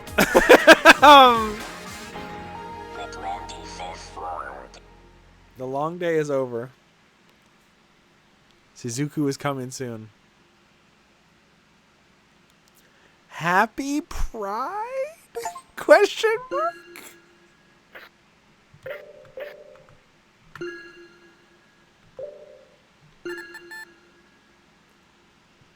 It's a month. It's a month for women's wrongs. It is a month for women's wrongs.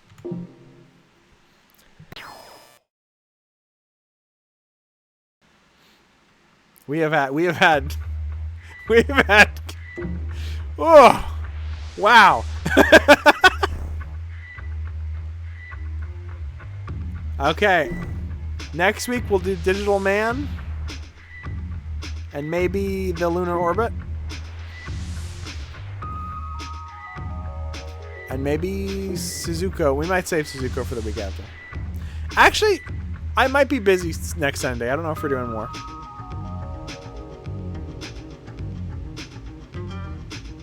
Yeah, honestly, like...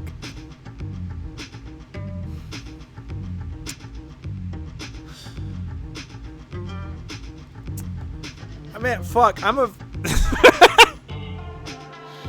As a VTuber and other things, I feel like that hit me pretty hard. I have never killed nobody, though.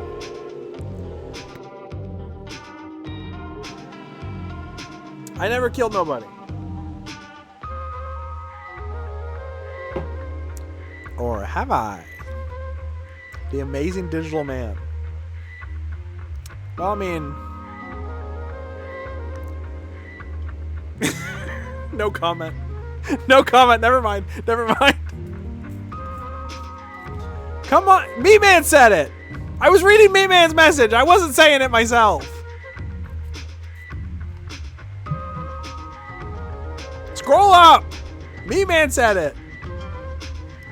Did you throw the trash away wrong?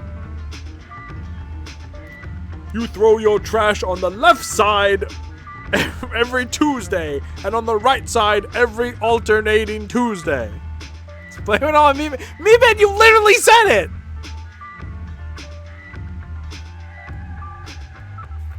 I don't care who said it, I'm still miffed.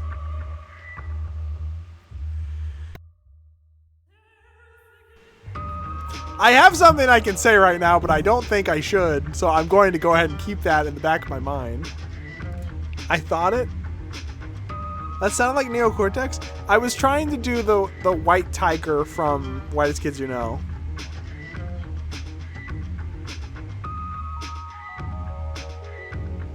It was a Trevor Moore impression. Put it in your pocket. I don't think I should compare something to something else.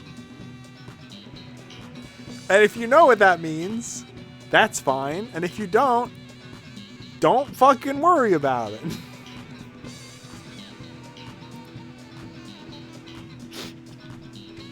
Just don't worry.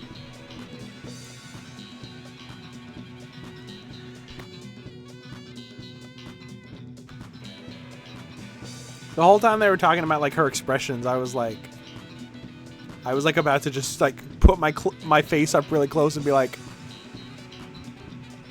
oh well, none of my expressions are working for some. Hold on, why are my expressions working? Oh, numpad's not on. Ah, that's not the right one. Okay, my expressions still aren't working. Wait. Happy? I never use my expressions. Okay, well this is wrong. This is not supposed to be... Oh, I'm so sad. I don't know what the fuck is it. Okay, I think I have V-Neon expressions and VC face. I almost said Vsauce. I think I have both on at once. Let me turn them off.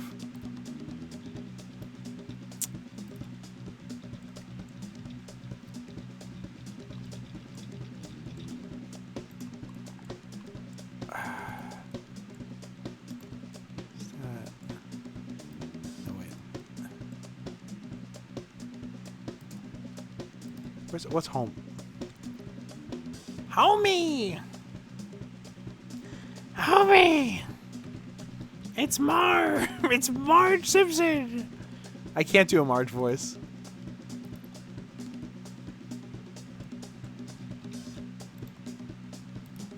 There we go.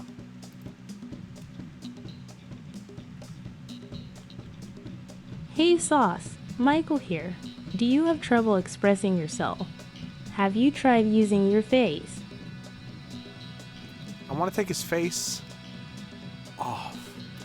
Okay, this is like actually wrong. Why is my face doing this? That's fucked up.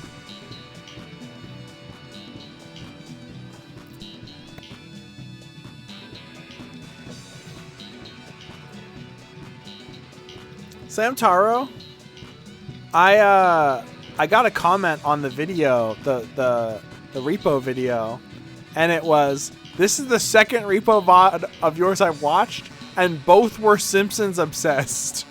And I was like, that's fair. The repo VOD was like 2 hours or 3 hours into an existing stream, so like I was tired by then. Homer! Homer, it's me, Marge. I can't... Don't pick up any used... Don't pick up any used crutches. I can't do Marge.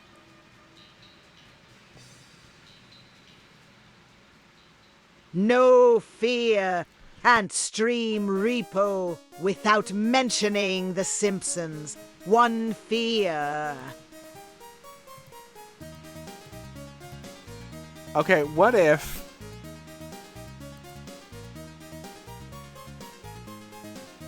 I definitely had an idea.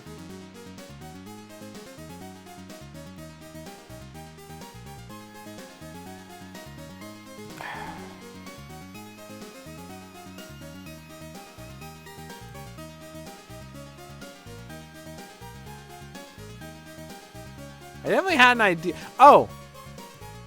I kind of want to try and give Pink a new hairstyle and see if I like it or not. But I also like her being a little bald bitch. I don't know.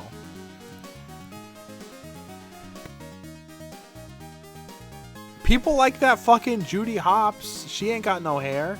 I mean, she's covered in it, but you know. The thing is, I kind of thought about giving her this hair that I have right now.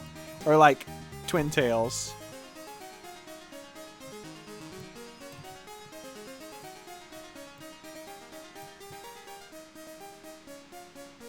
Can I help you down there? Oh, my ceiling is... Sorry, my ceiling is rainbow. My ceiling is slime. Ah! Whoa! You're not supposed to see in there. You're not supposed to see in there.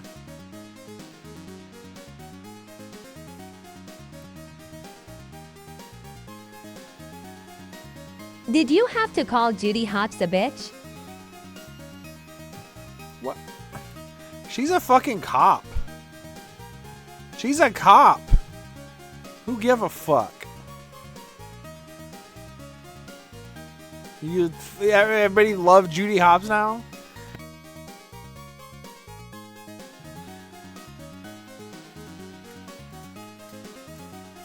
She's a cop, and like the 3/4 of the way through the movie, she's like giving a speech. Don't insult bitch. Why'd you say it like that? Like three-fourths of the way through the movie, she's like, and here's And here's why we should all get along. Anyway, it's time for me to invent a new kind of weird eugenic system. I'm Judy Hopps, and like, I don't know. She's like, we shouldn't. I don't even want to say what she implies. Like, it's supposed to be bad in the movie. I'm not saying like the movie is like that. I mean, I have my problems with the movie and everything. It's just like, she is wrong in that scene. Movie got gutted from original pitch. The movie changed twice. The original pitch was it was about a secret agent who was a male rabbit. And then it was about all the carnivores had to wear shock collars that prevented them from hurting people. But it was too adult. And honestly, I don't think either of those ideas would have been better than what we got. I think the implications would have been even worse. And I think the whole, you know, oh, you're a secret agent guy, I think that would have been boring as fuck. This is worse than the time the Jimmy Neutron spinoff was changed twice. The Jimmy Neutron spinoff was changed? Like the RPG Maker game where you get like TF'd into like a wolf? And like your skin gets turned into goo and shit? I didn't know Jimmy Neutron was into that shit. That's kind of fucked up. They shouldn't let him play that. He's like 10. Zootopia doesn't really deliver on its message anyway. I mean, it tries to get there. Zootopia would be a totally different movie if the last 10 minutes were different. Like, dead ass. Like, it approaches having a message. And then at the end, it's like, but what we really need is more good cops. And it's like, no. Shut the fuck up, Zootopia. Also, I don't know. It's like, I don't know. Something about the casting is weird too, IMO.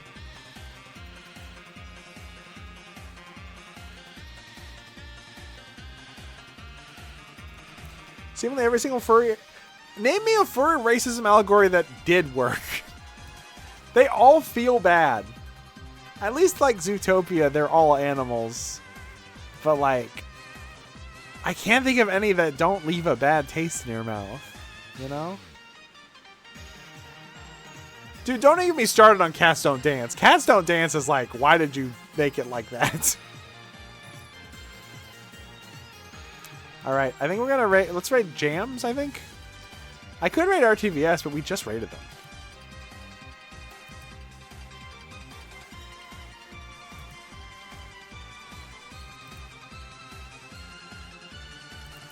I think I got an ad coming up. Oh well.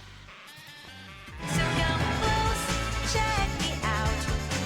I'm so hot and right, I'm so ready. Nobody Tomorrow. get in my way. Yeah. You can't let me down.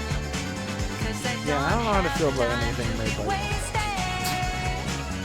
lipstick on me and I'll be all red, baby. Get a grip on yourself, honey.